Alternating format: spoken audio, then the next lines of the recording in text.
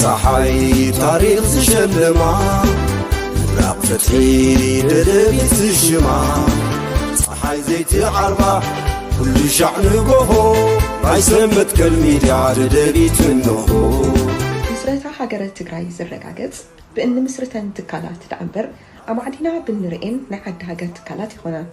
ሃየ ትካልና ንሓግዝ ሰንበት ዝዓመመት ውራይ ስለዚ ደደቢት ክትዕንበብን ክትዓብን ሽርሕል ፀላትና ክፅልምትን ደደቢት ንሓግዝ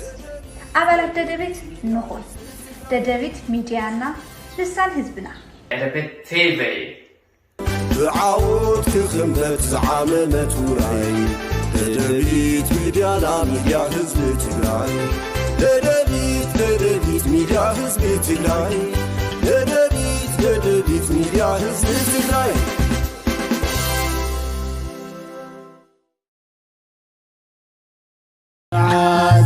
ተወደነ አምላኹ ዝሰገደ ገብረ መንፈስ ቅዱስ በስመ አብ ወወልድ ወመንፈስ ቅዱስ አሐዱ አምላክ አሜን። መንፈሳዊ መጸዋዕታ ኣብ ከተማ ሽረ እንዳስላሴ ቀበሌ 01 ካብ ዝርከብ መጋቢት 5 ክብረ በዓሉ ዝኽበር ጥንታውን ታሪኻውን ገዳም መካነ ህይወት አቡነ ገብረ መንፈስ ቅዱስ እንኳዕ ናይ አቦና አቡነ ገብረ መንፈስ ቅዱስ በበዓመቱ መጋቢት 5 ዝኽበር እንኳዕ ኣብጽሓኩም እንኳዕ ኣብጽሓና ከበለ ይደሊ እዚ በዓል እዚ ኩላና ህዝበ ክርስቲያን ከም እንፈልጠን በበዓመቱ እውን ከም ነኽብሮን ኣብዚ ሕዚ ድማ ብብፁዕ ኣቦና አቡነ ጴጥሮስ አባል ቅዱስ ሲኖዶስ ኦርቶዶክስ ተዋሕዶ ቤተክርስቲያን ትግራይ ሊቀ ጳጳስ ዞባ ሰሜን ምዕራብ ሽረ እንዳስላሴ ሀገረ ስብከት እንዳተመርሐ ብዙሓን ምእመናን ብዙሓን ሊቃውንተ ቤተክርስቲያን ኣብ ተረኽብሉ ብዓብዪ ድምቀት ንኽኽበር ናይቲ ደብሪ ሰበካ ጉባኤ ምድላዋቱ ወዲኡ ተረኸቡ ለይሉ ፃውዒቱ የተሓላልፍ ኣሎ። እዚ ገዳም ኣብዚ ሕዚ እዋን ብሰፊሕ መንፈሳዊ ግልጋሎትን ብልምዓትን ዝስጉም ዘሎ ዓብዪ ገዳም እንትኾን ኣብቲ ምልኩዕ ገዛኻ ልምዓት ይኹን ከም እተባህለ እዚ ገዳም ብዘላቕነት ንምልማዕ ናይዚ ገዳም ሰበካ ጉባኤ ናይ ኣፀዳን ህፃናት ትምህርቲ ቤት መንፈሳውን ዘመናውን ዘጠቓለለ ክንሰርሕ ኢና ካልኦት ናይ ልምዓት ኩነታት እውን ክነካይድ ስለ ዝኾንና ፃውዒትና ተቐቢልኩም ኣብዚ በዓልና ታው ንቅድሚት ኣድላይ ዝኾነ ናይ ኣስተዋፅኦን ናይ ገንዘብ ሓገዝ ክትገብሩልና በዞም ጻዲቕ ንላቦ ኣብ ርሑቕ ዘለኹም በቲ ንቅድሚት ንዝርግሖ ናይ ንግዲ ባንክ ኣካውንቲ ነቲ ደብሪ ክትሕግዙ ፃውዒትና ነተሓላልፍ ኣብ ቀረባ ዘለኹም ድማ ኣብዚ ብፁዕ ኣቦና ኣብ ዝመርሕዎ ፕሮግራም መጺኹም ኣብዚ በረከት ንኽትሳተፉ ናይቶም ጻድቕ ቃል ኪዳኖምን በረከቶምን ክትቅበሉ መጋቢት 5 መጺኹም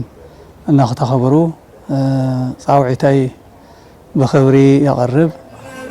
መንፈስ ቅዱስ በዓል በሉ ዓቕሊ በቲ ቃል ኪዳንካ ንደቅኻ ጸልይ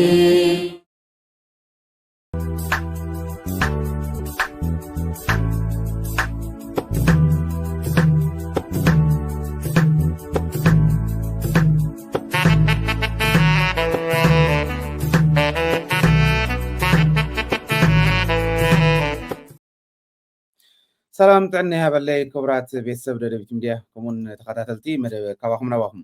በብዘለኹም ዓዲ ሰዓት ኣቆፃፅራ ሰላም ክትኮነልና ንምነ ደደቢት ሚድያ በዚ ሰዓት ነቕርቦ መደብ ካባኹም ናባኹም ኢና ሒዝና ቀሪብና ዘለና ናይ ሎም መደብና ከምቱ ትርእይዎ ዘለኹም ኣብ ታሕቲ ይዘውር ከም ዘሎ ፅሑፍ ብጣዕሚ ወሰንቲ ዝኾኑ እቲ እዋናዊ ኩነታት ናይ ትግራይ እውን መሰረት ዝገበሩ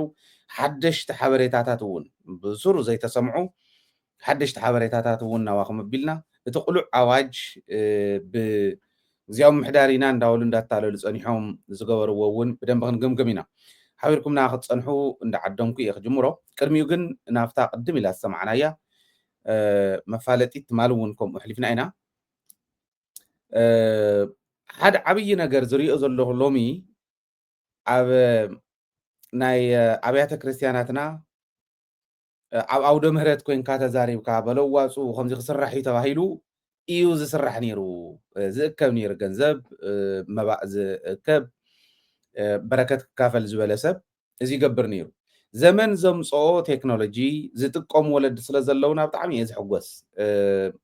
ስእቱ መንእሰይ ጥራሕ ኣይኮነን አብያተ ክርስቲያናት እውን ይጥቀማ ኣለዋ ዓበይቲ እውን ይጥቀሙ ኣለዉ ኩሉት ማሕበረሰብና ናይ ዝተጠቃሚ ክኸውን ከሎ ትካላትና ናይ ዝተጠቀምቲ ክኾና ከለዋ ብልቢ እዩ ዝሕጉስ ካብ ኩሉ ንላዕሊ ከዓ ከም ደደቢት ዝበላ ሚድያታት ከዓ ስለ ዘለዋ ናይዘን ትካላትና ናይ ብቤተ እምነት ይኹን ብፖለቲካ ይኹን ብኻሊእ ናይ ኢኮኖሚ ትካላት እውን ሓዊሱ ነዚኣተን ንሕብረተሰብና ንመላእ ህዝቢ ትግራይ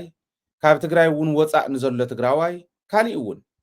ኣብ ብናይ አብያተ ክርስቲያናትና ዝመፀ መፋለጥ እንተኮይኑ በረከት ክካፈል ዝበለ ኩሉ ዝሳተፈሉ መድረክ ከም መቻችዋ ከም ዝኽእላ ከም ትሕዝ ንገብሮ ዘለና ማለት እዩ እዚ ናይ እንዳብነ አቡነ ገብረ መንፈስ ቅዱስ ኣብ ሽረ ብፁዕ ኣቦና እውን ከም ዝበልዎ ቶም ምስኦም መልእክቲ ዝሕልፉ ዝነበሩ ወለዲ እውን ከም ዝበልዎ ካህናት አብያተ ክርስቲያናትና ናይ መጀመርያ ህንፀት ናይ ደቅና ዝፍፀመለን ስነ ምግባር ደቅና ዝቅሰመለን እየን ኣነ ከዓ ብፍላይ ኣብ ከምኡ ስለ ዝዓበኹ ወለደይ እውን ከምኡ ስለ ዝነበሩ ብደንቢ ዝርዳእኒ ከምዚ ዓይነት ፃውዒት ክቐርብ ከሎ ኢሉ ተራ ፃውዒት ከም ዘይኮነ ንምንታይ አብያተ ክርስቲያናት ኬድካ ፀሊኻ ንባዕልካ ጥራሕ ኣይኮነን ስነ ምግባር ዘምህራየን ፍልስፍና ዘምህራየን እንተተጠቂምናሉ ኣብ ኩለን አብያተ ክርስቲያናትና ዘለው መጽሓፍቲ ወየ ኸይድና ይነንብቦን ኮይንና እምበር እቱ ቅድሚ ሕዚ ዝነበረ እስካዕ ሕዚ መፃናሉ ከዓ ብዘይ ንፈልጦ ቋንቋ እንደውም ገለገሊኡ ሕና ስኳ ንዛረቦ በምሓርኛ መፂፅ እንዳበሉ ወለድና ዝሰድዎም ዝነበሩ እንተዳቢረን ዘን ገዳማት እዚአን ዘን አብያተ ክርስቲያናት እዚአን ተሰፊሐን ክንህነፀሉ ኢና ፍልስፍና ክንመሃረሉ ኢና ክንፅልየሉ ኢና ሕልናና ስነ ልቦናና ብደንቢ ፍላይ ከዓ ዝተጎድአ ሕብረተሰብ ስለ ዘለና ካሃንፃ ዝኽእላ እዚአን እዩ ለዚ እቲ ገዳም ኣቕሪብዎ ዘሎ ፃውዒት ንማንም ክፉት እዩ ኩሉ ከዓ በረከት ክካፈል ክኽእል ኣለዎ ኢለ ስለ ዝኣምን ኣነ ብግለይ ከምዚ ክመፅእ ከሎ ስኸ ይብልን ንዕለት ሪስፖንድ እየ ዝገብር ንባዕለይ ስለ ዝኾነ ኣብ መላእ ዓለም ዘሎ ትግራዋይ ንገዳም እንዳ ኣቡነ ገብረ መንፈስ ቅዱስ ሓጉዝና ኢሎም ብፁዕ ኣቦና እውን ሓዊሱ እዮም ወፂኦም ፃውዒት ኣቕሪቦም ዘለዉ ነታ ፃውዒት ኣኽቢርኩም ከምተ ንኩለን አብያተ ክርስቲያናት እትገብርዎን ናብዚ እውን ፃውዒት ኣኽቢርኩም በረከት ክትካፈሉ ሓገዝ ክትገብሩ አብያተ ክርስቲያናትና ከዓብያ ክምዕብላ ብደንቢ ክስፋሕፋሓ ክትገብሩ ፃውዒተይ ከቕርብ ኣነ እውን ማለት ደጋጊምና ክነቕርቦ ኢና ሎሚ እውን ፅባሕ እውን ፅባሒቱ ዓመታዊ በዓሉ ለዚ ኣብዝዩ ከይሓልፈኩም እታ ኣካውንት እውን ተለጢፋ ስለ ዘላ ንግዲ ባንክ ከዓ ስለ ዝኾነ ብቐሊሉ ክሓልፈልኩም እዩ ስለዚ ኣስተዋፅኦ ግበሩ ክብል ደለየ ካብኡ ናብቲ ዕለታዊ መደብና ንምፃእ ብጣዕሚ ብዝሕዝን መልክዑ ዘይምዕዳል ኮይኑ ስልጣን ህዝቢ ዘይመረፆም እውን ክንድግዛዕ ዝኾነ ስልጣን ክልል ናይ ምምራሕ ንዓይሱ እኳ ሃገር እያ ትግራይ ናይ ምምራሕ ህዝቢ ትግራይ ናይ ምምራሕ ዕድል ዝተዋሃቦም እዚዩ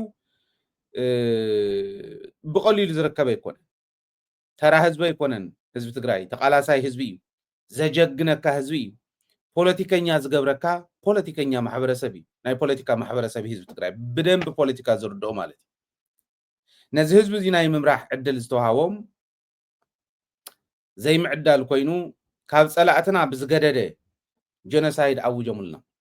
ከምታ ትማል ዝረኣኹማ ቁሉዕ ኣዋጅ ኩናት ኣብ ልዕሊ ህዝቢ ትግራይ ኣውጁ ጌታቸውን መሻርክቱን ማለት እዩ ከም ኣነ ከም ሃይለ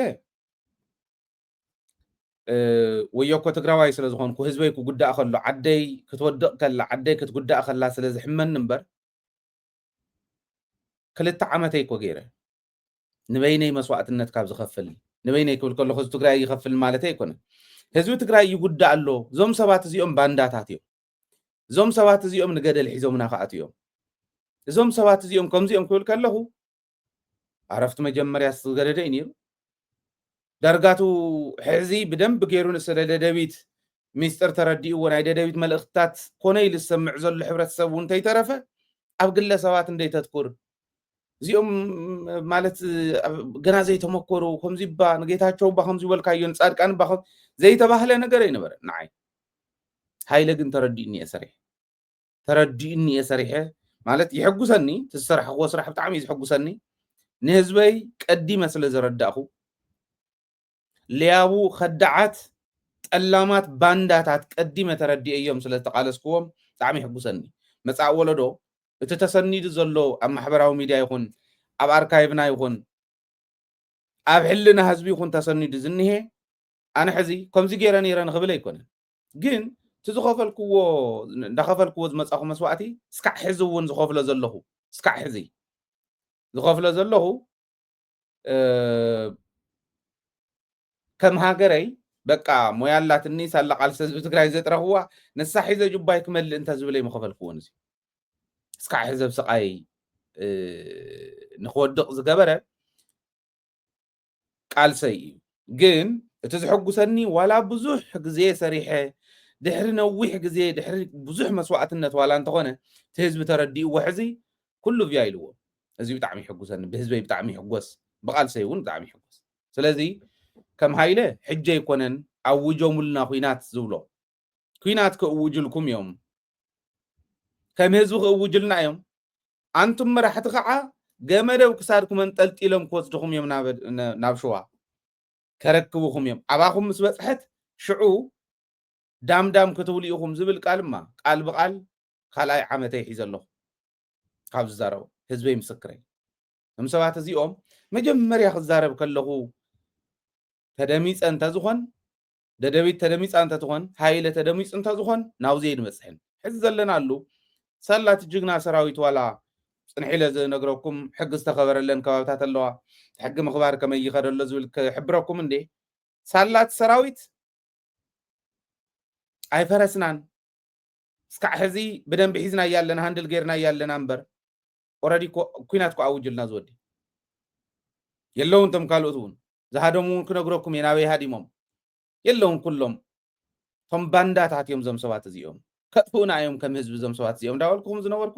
የለውን ሕዚ ኩናት ኣውጆም ኣዲስ ኣበባ ከይዶም ኩናት ኣውጆም ኣሜሪካ ይሕዝን ሕጂ እውን እተን ጻሕቲርና መስዋዕትነት ከፊልና ንረኽበን መረዳእታታት ብሕጂ እውን ካብ ሕጂ ንድሓር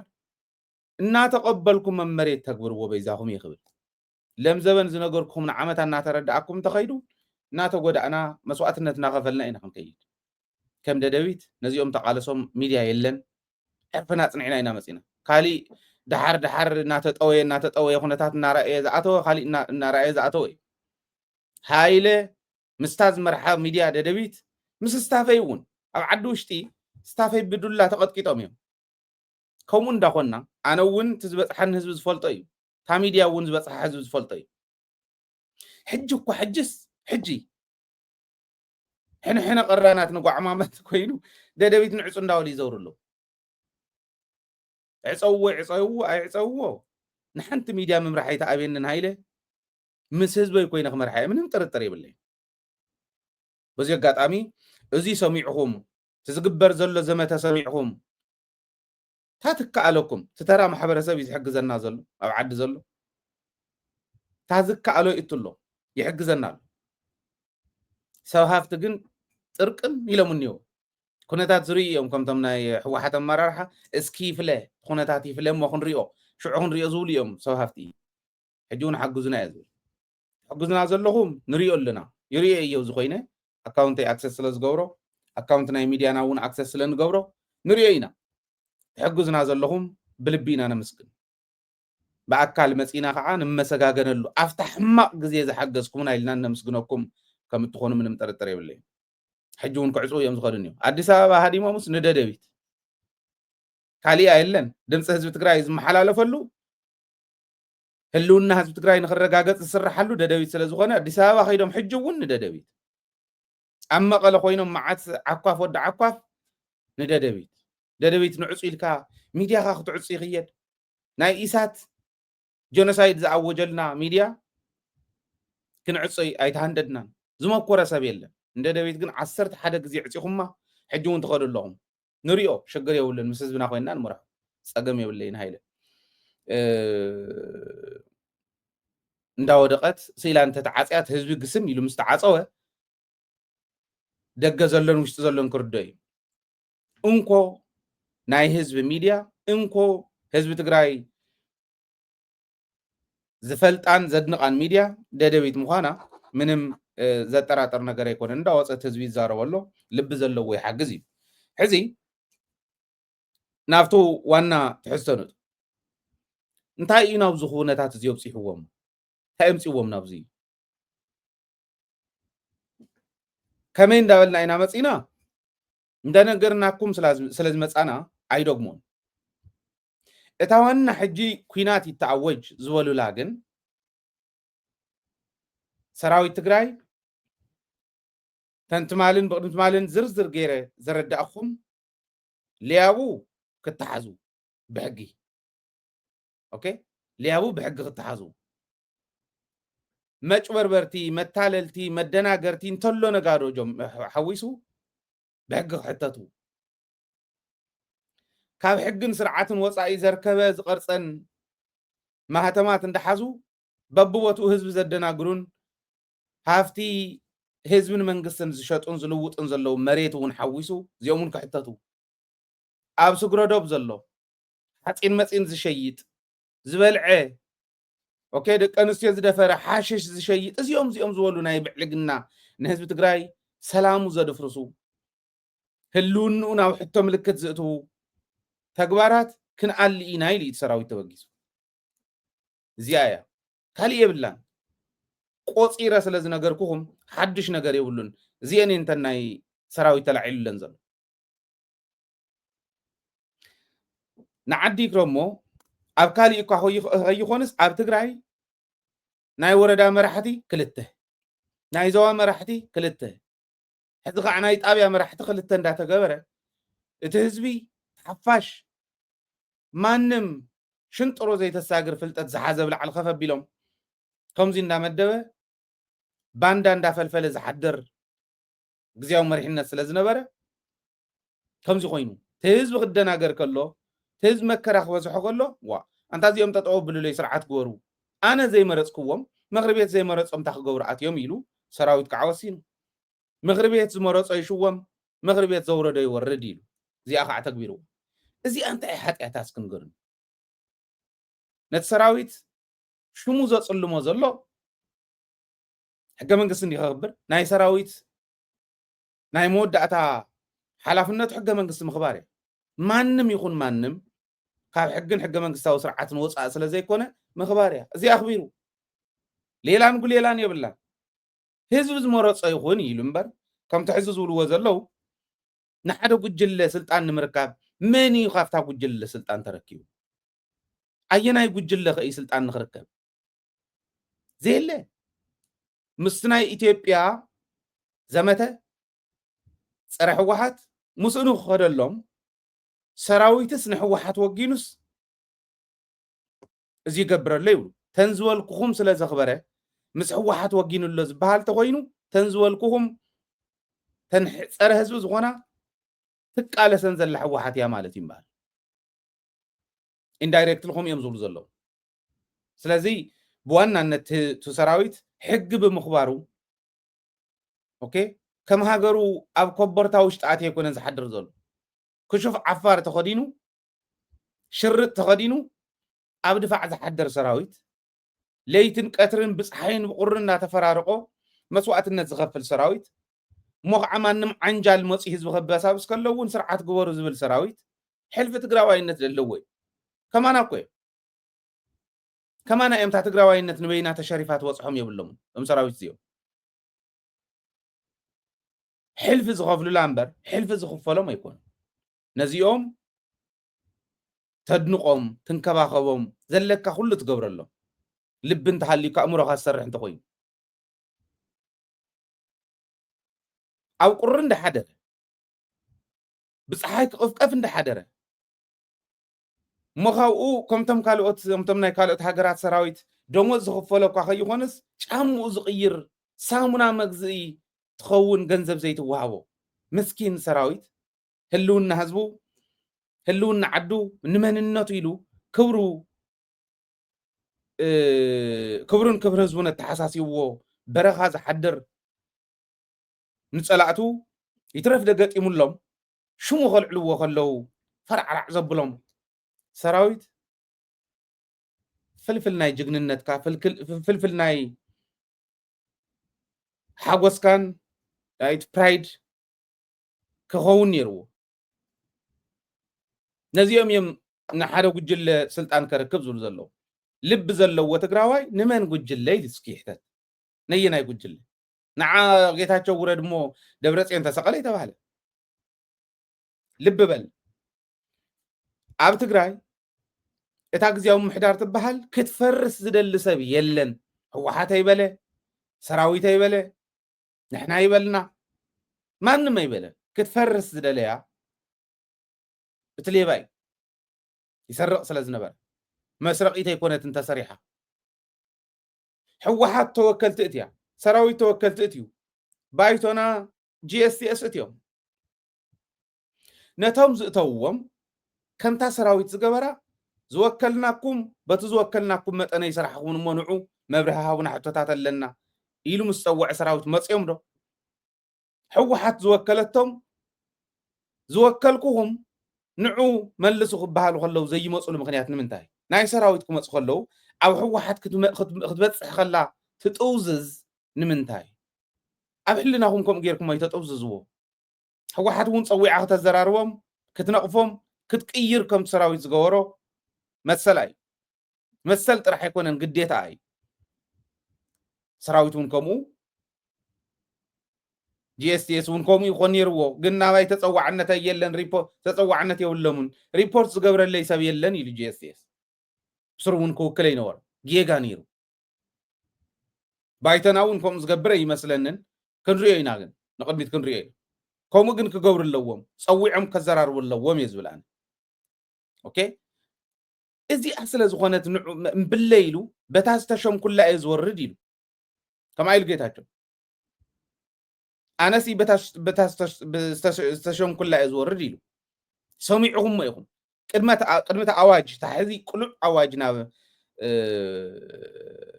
تግራይ قلع اواج كوينات قدمه اواجو استزارو سميعهم تاواج كن موصينا تمالون رينا عندنا ግን ክንመጽይና ተአዋጅ እንታይ እዩ ዝብል ዘሎ ተአዋጅ ሓደ በሓደ ክንሪኢና ንሱ ዝወሎ ግን ስእለ ሃሳውሰኩም ብዛዕባ ናይ ሓደ ውልቀ ሰብ ስልጣን ይሆነ መንግስት ክትቅይሩ ኣይትኽእሉን ምሳይ ተነጋገሩ ምሳና ተነጋገሩ እዮም ተባሂሎም ኣነ ናተይ ኣቋም ይሆነን እዚ ኣነ ታስተረከው خላ ኸይዲ ተኸቲል ከረክብ ጥራሕ ኢለ ተመልከት አብይ አሕመድ ወረቀት ጽሒፉልኝ ጌታቸው ዝተሾመ ግን حوحات وكلته ግን بزواو كونفرنسي بكونفرنسي تزيو محدار تتعايش بكونفرنسي حوحات ون ماخلاي كوميتي تاكيبو ايد وصيو 17 18 بحنتي نحنتي تشنفو كما يزولدون قرنا خمسنا ورم شعوني يغرمني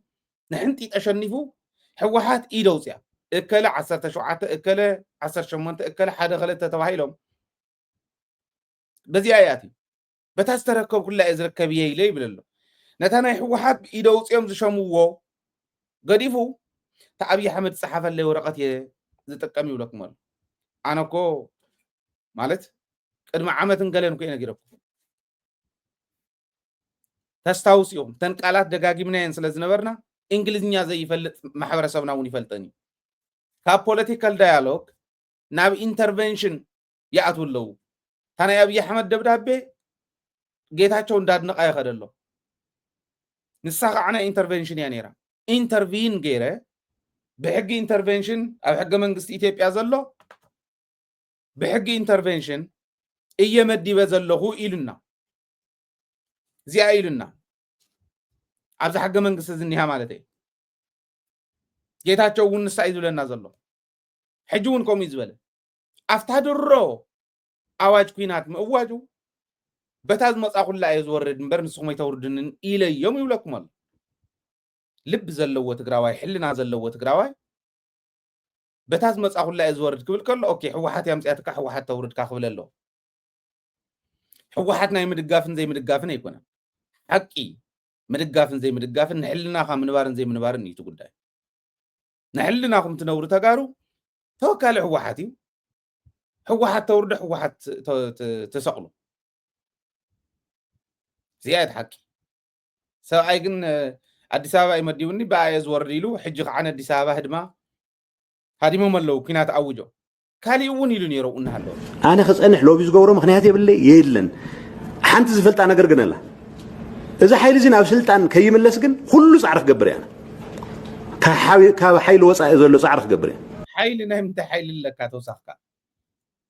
ጻዕሪ ይገብር ከም ዝነበረማ ንፈልጥና ማንም ከይወፅእ በይኑ ክቅፅል ከም ዝበለ ናይ ዓንጃል ጉድ ወደቃ ወዲቅዋ ዓዲ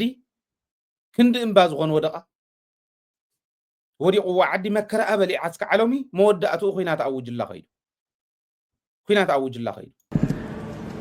ሚዲያ ክዕፍን በዳዋይ ዝፍክር ሓይሊ እዚ ዝገበሩ ዝተፈለየ ረዳድ ኣለዎም ዝበሎም ከአስር በዳዋይ ዝፍክር ተኺሉ ኦኬ ክርስቲያን ልብ በል ናይ ባዕሊ ነገረና ዘሎ ሚዲያ ክዕፍን ንደደቢትማ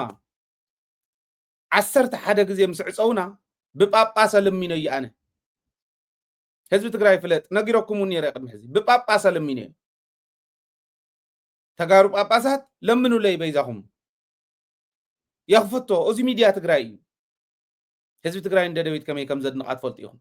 አለሚነዮ አነ ማለት አንታ ዘይት ነጋገሩ ይብል እንዲሰብ ከነጋግሮ ሞኪረ ጽሒፈሉ ደውይለሉ ዝምልስ ሰበ ይኮነን بسبات بخالو تلمينيو مسابه بጳጳስ ለሚነዮ ይደፍ አየዋጽን እዚዩ እዚ ናይ ትግራይ ሚዲያ እዩ ቦቲ ስለዚ ዓፀኻይ ንሕና ብሳተላይት ኢና ነጥፍ ዩቲዩብ ስለዚ ዕፀኹም ነቲ ናይ ወፃእ ተወሰነ ኣብ ወፃእ ኮይማ ዘሎ ማሕበረሰብና ተወሰነ ከተፈላልዩና ትኽእሉ ግን ደልዩ ክረኽበና ይበት ሓደ ክንወፅእ ከለና 11 ግዜ ምዕፃው ግን ነውሪ እዩ ታይ ገይርኩም እዚዩ ኢሳት 95 ኢሉ ከውጀልና ከለ ጀነሳይድ ንዕፅዎ ይበሉን በዓል ከም ዝበሉ ገለፈቻ ንደደቢት ግና ተኸታተሉ እስካዕ ዛለማ ዓንቲ ዕለት የዝብ ዘሎ ሳላ ህዝቢ ትግራይ ዘላቶ ስለዚ ሕግዝ ካፍቲአን ናገጠምና ዝነበረትን ሴቪንግ ውናውፃኹ ንቅፅል ኣለና ክንቅፅል ኢና ክወግሕ እዩ ክወግሕ ዋግዋጎ እኳ ጀሚሩ ማንም ባንዳ ምህዳም ጀሚሩ ሚድያ ዝዕፍን ሕወሓት ዲ ሕወሓት ሓዚላ ዝዕበየታ ሚድያ ድምፂ ወያነ ትበሃል ሚድያ ኣነ ኣብ መፅሓፈ የሎ ከመይ ከም ተመስረተት ሻዕብያ ከመይ ከዲዕዎም ኣብ ድምፂ ሓፋሽ እዮም ነይሮም መጀመርያ ከዲዕዎም ሬድዮና ኣብ ሓራ መሬትና ተባሂሉ ዳያስፖራ ትግራይ ፍላይ ኣብ ስዑዲ ዝነበሩ በቲ ግዜ ካብኡ ድሒሮም ከዓ ዝተሓወስዎም ማተሰኣ እዚኦም ኮይኖም ሬድዮና ኣብ ሓራ መሬትና ተባሂላ ተመስሪታ ተሸኪማ ሩዋን ሽንጥሩን ገደልን ዱርን ዝዕበየታ ቴሌቪዥን ጣብያ ዝዕበየታ ሚድያ እውን ከዲዓታ ኮያ ንመን እያ ክትዕፍን ኢላ ሕወሓት ኣየናይ ሰራዊት ክዕፍን ኢሉ ኣያን ውድብ እያ ክትዕፍን ከይዳ ሰራዊት እኮ ተዓፊኖም ትማል እኮ ነግረኩም እየ ናይ ወዲ ወረደ መደረ ፓራሌል ምስ ናይ ጌታቸው ይኸድ ነይሩ ተቐሪፁ ዓፊኖም ኣትሪፎሞ ሰራዊት ይዕፈን እምበር ሰራዊት ይፅረፍ እምበር በዘን ሚድያታት እዚአን ዝዓፈነ ሰራዊት የለን ዝዓፈነት ውድብ የላ ታ ውድብ ተዓፊና ንሕና እኮ ሕወሓት ስለ ዝኾንና ኣይኮናን ተዓፊኖም ስለ ዘለው ንማንም ተዓፈነ ድምፂ ውፅዓት ስለ ዝኾነት እዛ ሚድያ እዚኣ ደደቢት ተዘይትሉ እኮ ታ ውድብ እውን የላን ክብል ክእል እዩ ደደቢት ተዘይትሉ ታ ውድብ እውን ሃለዋት ኣይትፍለጥን ህዝቡ እውን ድምፂ ይመተሰምዐን ሚድያታት ዓፊኑ ኢትዮጵያ ዝኸደትሉ ኣካይዳ ተን ብጀጋኑ ተጋሩ ዝተመስረታ ብጀጋኑ ተጋሩ ዝፅዋዕ በዓል ዋልታ እንተይተረፈ ከመይ ገይራ ሃይጃክ ከም ዝገበረተን ናይ ኣብዪ ኣሕመድ ኣካይዳ ክኸይድ ማንም ገለፈቻ ዓንዲሩለን ማንም ፈዝራዕ ዓንዲሩለን ሚድያታት ትግራይ ሚድያታት ክዕፍኑ ይብል መን እዩ እያን ሚድያ ዕፊኑ ንስኹም ደይኮንኩም ሚድያ ትዕፍኑ ዩቱብ መግደፍዎ ሳተላይትና እኮ نهنا مسانا زلو مساكين افتنا هنا channel زلو بعل أسنا ونعصو يوم قلنا هنا عصو خلي يوم زعصو ناتهم purpose ليكونه channel سلزو خونه جام زقبر ددويت كعفنو نتنو زلو أبمول أن يعفنوه بحنساب سلزو خونه channel جام زقبر ساتلايتنا جام نمقبر لعلي إسراء جزيرة لي مقركم منهم نايت إمت جنزب نخفلكم ناي ددويت channelات عصرت حدا channel لي عصو منهم نهاي لبزو خدو دو يكون انت مكرو وعساب بحيل فتاري بصولت ولدو كينا نيناوز بصولتو لبام هزبي عدتاتنا بوتاتن سلز صليو تريفنا لنا سالا صولت ولدنا مالت ازي اتو مسمور على هاليوم كعفون سبات كرشون سبات زدلي سبات اللو يلوم بعل زي ام كزارو انا مالت دحر حزي ጌታቸው ተመሊስ ናብ ትግራይ ምናልባሽ ትምምራሕ ሞ ይትረፍ ብሙሉእ እግሩ ክረግፅ ኣይኽእል እዩ ነታ ኩናት ዝኣወጀላ ትግራይ ላይ ሓስብን ተዝነበረ ግን ህዝቢ ክፈልጥ ኣሎ ዓፋና ይመን እዩ ሚድያ ዝዕፍን መን እዩ ንሕና እኮ ማለት ሊቪንግ ዊትነስ ኮይና ንሕና እዛ ሚድያ እዚኣ ዝረኸቦት ተመከራ ሃይለ ዝረኸቦ መከራ እኹል ኮይ ክርሹኑ ይብል ታይዲ ምርሻን ማለት عد هاجر أفتاز نبر اللي عد كواخي تخونس ببز خدنا ينا تختلكم جود تسرح جبرته جود زي أتومس سبات كوينومس كم زياز جور سبات اللو إلى من سبب كتالو اليوم زيو زرشني يلا تو خالق تعرفوا تبرد زحزة كلاشن زحزة سراوي تقاس بدون قول لنا توقع عيد هدم هزبو سلا زخبر كل بومي أمس واحد نقول سلا زبل كم زي أمزوالو انتي ياز مرحيتنس كلن دفلاج اتسل زغونه ግን امزيهم زمرحوم كم لسه يكالو عد قدام يقولون يرام عد قدام باندا صغاي غبره تخلون بي اف ام نا اف ام كنمصينا صنيحنا بي اف ام مقله نورام سرح السرح نورامات እንዳበለ ነቶም ሰራዊት ዝገደፈሎም ይውል وقعهم من بጥይት ይብል حسوتي حقي ናይ عد قدام كنغرب أنا هزبي ما نمكن كايدل سراويت كع سراويتي لعل كله تقراوينت كعدل انت خوينا بقدمي تسرعنت سراويتي انا فتخاص الاخر قيم زبل يتحقوم كاب سراويت تقراي وصاي كاب سراويت تقراي نلعلي تقراوينت يبصحني يزبل انت هالي يمصع زخفلو تقراوينت سيد كاز عدل كارد يكون تقراوي يكون كتركب كلخاي بعل زيهم تقارديهم حزي نعن تقراي ጨፍጨፍ ኢሎም ነተትማሊ ወዲ 6 ዓመት ጁንታ ቀበርኒ ዝቀበር ዝነበረ ነዓ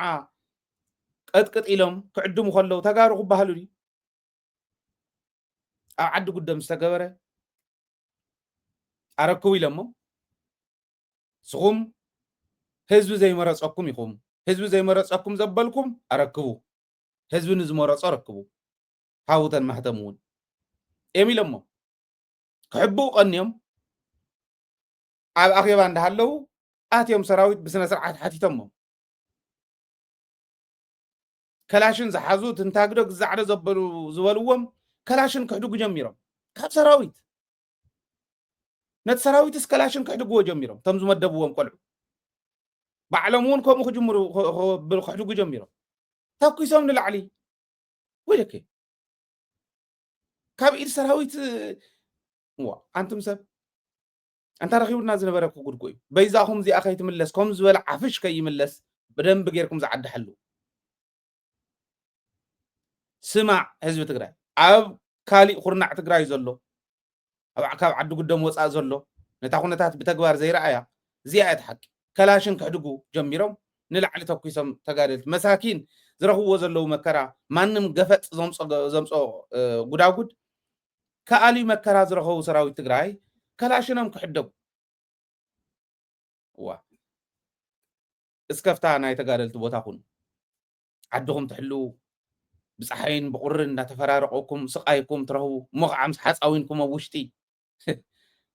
صخفت كافت كل مكرا دي حنكاس بق اغلني كان غزا هاي كركان اقول لها غنا يا تقرايلكا او انها لها حق تخبر كتكل لها استوينجا خدغ كان زمص تايت جو أره مالت كم يزور وحلولات كم يزور تعجزتني تاتي يوم سراويت زيو أتم سب extremely زغيد تعجستي أيدلن بهاليا أيدل أنا سوكوك على قتل الله ويكون نزوز الله عقوسي تسراوي كلاشون انت حدقنا يون سخي خبلي لنزبت سجن بوتات خفتل اللهم مو قدفو هم يكونن أقول تعجستي يواسن زيادة غيرات عد قدام زول وازلو مانم فشل خصوص أوت اللي يكونن تسرا ناي مانم زربا ناي مانم بوست ناي فيسبوك ناي جزعريهم أي تدناقرو وهول حيل لكم مفتوح محبراو ميدياون سلاناتكم جننت من قارونا يليون علم زي مسكر اللي حقهم مخبروا سيلكم يزو تعد قدام زيادة غير كم زيز ولا باندا جن كم زيز ولا باندا عد تلاقيس لاندا نقرنا يوم كل التعامة يجير اللخان سبزي حزنا قصد فيه منهم زفلت تأمري ولا أي فلت المحدار أي يقولون عقم من مسؤولكم ما مبوا ثمهور كذا شو كم يجير كهم طول قليلو جيت شو كم زخماي ناينفرس ممرينير خواي نتحفز جورجن تماري مبرم كمرنا يغلن سر كمرنا يغلن كمر نايم مهار بقعت يولون يلهم نايم قال ينفرس تماري مبرم ديكشنري شام دير كإنجليزية مزراب فلات جوري يغلن تمهار باديرهم هاي لخير مويا يحتط هرما يونيفرسيتي تماهيره هرما يونيفرسيتي امهيره تمهار يحتطوا بمويا يزحمه سوى يكون كن هاي بمويا يزمقص يونيفرسيتي مسكر لي تمهار يزمسكر لي عرفت يزمسكر لي نعد على جهره يكون ما نم فندا اجن تتفندي يكون مويا فليتكا سنه مغبار هزتكراي فليتكا يكون راح زغل تو تعدي ما نم ترى زقل دول عدي غيركم مصنحكم كن ترى يزودزي كصدفنا يسلازولكو فوتوناتيكم زناغوركم اكس ناغوركم تلطفن يركم زمصني يبلين ريخم ما كن حزي ازودزي كيدل هاديم الله هاتوتو موبايل جميرو له كنتريو قصيرنا نوعلو خكالاخل تግራይ فرق حزي او زلول ساعه تا حتقبر تاي تحسب فدرال منغسلي بسمعنتنا تا اسمه بكاي زمان وسن ኢትዮጵያ ክሕሉ ክእል ይኽእል እዚ ኣነ ምግባረው ዝንቀሳቀስሉ ሰዓት ከመይ ዝበለ መከራ ይመስለኩም ረኺቡና ዝኒ ሕዚ ኤርትራስ ካብ መን ክከላኸል ንባዕሉን ካብ መን ክከላኸል እዩ ትግራይ ፍርቂ ክሕዝ እንታይ እዩ ዝብል ዘሎ እዩ ኣይፈልጥን ኣብቲ መግለፂኦም እውን ንሳልሳይ ወገን ክህቡና እዮም ይብል ንሳልሳይ ወገን ክህቡና እዮም ነቶም ሰራዊት ዝገረፈሎም ይብሉ ባንዳታት ይልዎም ንሓደ ጉጅለ ስልጣን ከረክቡ ዝኸዱ ይልዎም ፀበብቲ ይልዎም ኣባሪረዮም እውን የተባረሩ ለይን ይብል ዘይሾሞም ከውርድ መኪሩ እዚ ኩሉ ዘርዚሩ ትግራይ ናብ ህልም ዝበለ ኩናት ክትኣትያ ይብል ምስመን ታ ኩናት እኮ በዓሉ ዝኣወጃ ኩናት እያ ታዝብላ ዘሎ ኩናት ኣውጀ ኣለኹ ብትግራይ ኢሉና ዝኸደ ንሱ እዩ ፌደራል መንግስቲ እቶም ተጋሩ ጨፍጭፍ ዝበለ ንሱ እዩ ትግራይ ናብ ህልም ዝበለ ኩናት ንኽእትውዋ ይኸዱ ኣለዉ ኢሉ ምስመን ወይለ مش شعبيه يسرحوا له ولا ومنه محوحات اندحر مش شعبيه يسرحوا خوينهم مسمني تግራይ ኩናት ህልም ዝበለ ተኣቶ ኩናት ባዕሊ ኣውጅዋ ኸይዱ እምበር ኩናት ዝመፀሉ መንገዲ ኣይኮነን ዝኽተሉ ዘሎ ሰራዊት ሕጊ ዘኽብር ዘሎ ኩናት ከዓ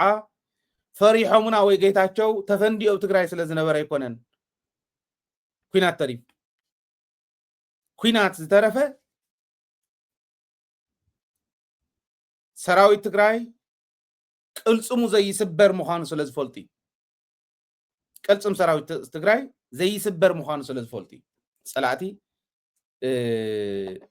ኩናት ዘይገበሩልና ማለት ውዕል ፕሪቶሪያ ከፍርሱ እውን ይብል ውዕል ፕሪቶሪያ ብምንታይ እዩ ዝፈርስ ውዕል ፕሪቶሪያ ሕወሓት ድያ ተኽብሮ ዘላስ ጌታቸው بوعل بريتوريا مسارات استمسرت جزياو محدار حمشت أسايمنت وايونو حمشت ينوديو زيرو مصيخا حمشت هو حد جن انت ناسه وعل بريتوريا خبر له ويلا تكراخر له عقب انت غودي لو نحجزهم هيدنا نقبر نحنا نحجزهم ملأ تقراوي عقم لن زبل ككاب زلو يحجز ني عقم قداي نخوين حقاقينا نوص فانا اساقن طلب حزب تقراي ربح حزب تقراي ايقرتن سلاز منيو سراويت حق سلاز خبره باندا سلاز تقاري ليوا سلاز تقاري حزب زي مرصو كاب شمت سلاز ورده وعل بريتوريا خما يفرس بسرون كتفلطوا بولق سبات مغنيات وعل بريتوريا خفرس يخل ጌታቸው ከደ ገብረ ማርያም ከደ ተባሂሉ ውዕል ፕሪቶሪያ ክፈርሰ ይኽእል ውዕል ፕሪቶሪያ ንኽፍረም ዝገበሩ እንታይ እዩ ዝብል ክትርድኡ ክትቅሉ ኣለኩም ንረዳእ እዮ ግድ የብልኩም ውዕል ፕሪቶሪያ ንኽፍረም ዝገበሩ እንታይ ዋ ንፅድቂ እኮ ኣይኮነን ፈሪሞም ውዕል ፕሪቶሪያ ልቢ ኢልካ ስማዓኒ ብደንብ ንክትሰርሓሉ ሚድያ እንተኮይንካ እውን ኣብ ማሕበራዊ ሚድያ ትነጥፉ መናእሰይ እንተኮንኩም እውን ህዝቢ እውን በብመድረኹ ክትዛረብሉ ውዕል ፕሪቶሪያ ንኽፍረም ዝገበሮ እንታይ እዩ ውዕል ፕሪቶሪያ ማለት ኩናት ጠጠው ይበል እምበር ዕርቂ ኣይኮነን ሰላም ኣይተተግበረን ገና እዩ ፖለቲካል ዳያሎግ ተገይሩ እዩ ክትርጎም ሰላም ክመፅእ እንተኮይኑ ጠጠው ይበል ተኽሲ ዝተባሃለሉ ምክንያት ግን እንታይ እዩ ዝብል ፍለጡ እዚኣ ሓንቲ እያ ተመልሳ ሓይሊ ሚዛን ኩናት ተጋሩ ስለ ዝሰዓሩ መፅኦም እዮም ተኣኪቦም እትወቢሎም ሕምጥ የብልዎም ነይሩ 46 ታንኪ ን4 ታንኪ ብዛላምበሳ ዝገጠማሉ ስታውሱ ሓደ ንምኢቲ ብዛላምበሳ ዝገጠሙሉ ስታውሱ ብዓድዋ ዝገጠሙሉ ስታውሱ እንዳእተው ከመይ ገሮም ይርፍርፍዎም ነይሮም ስታውሱ ኦኬ ጠጠው ምሰበልዎም ታ ኩነታት ዘይትኾን ምስኮነት بخاليتهم قوتيتهم زفرموهم سراوي تقرأ سلازي وعل بريتوريا نخفرم زقورو حايل ميزان كويناتي تقيتاتشو زولة نورة اندحر زي فريمكمس بقى نبرخان وصل لنا نبر إدنا نهبل لنا يبولو وردت غير وزي الزارب قيتاتشو ويلهم كن وصينا كنك على سينائكو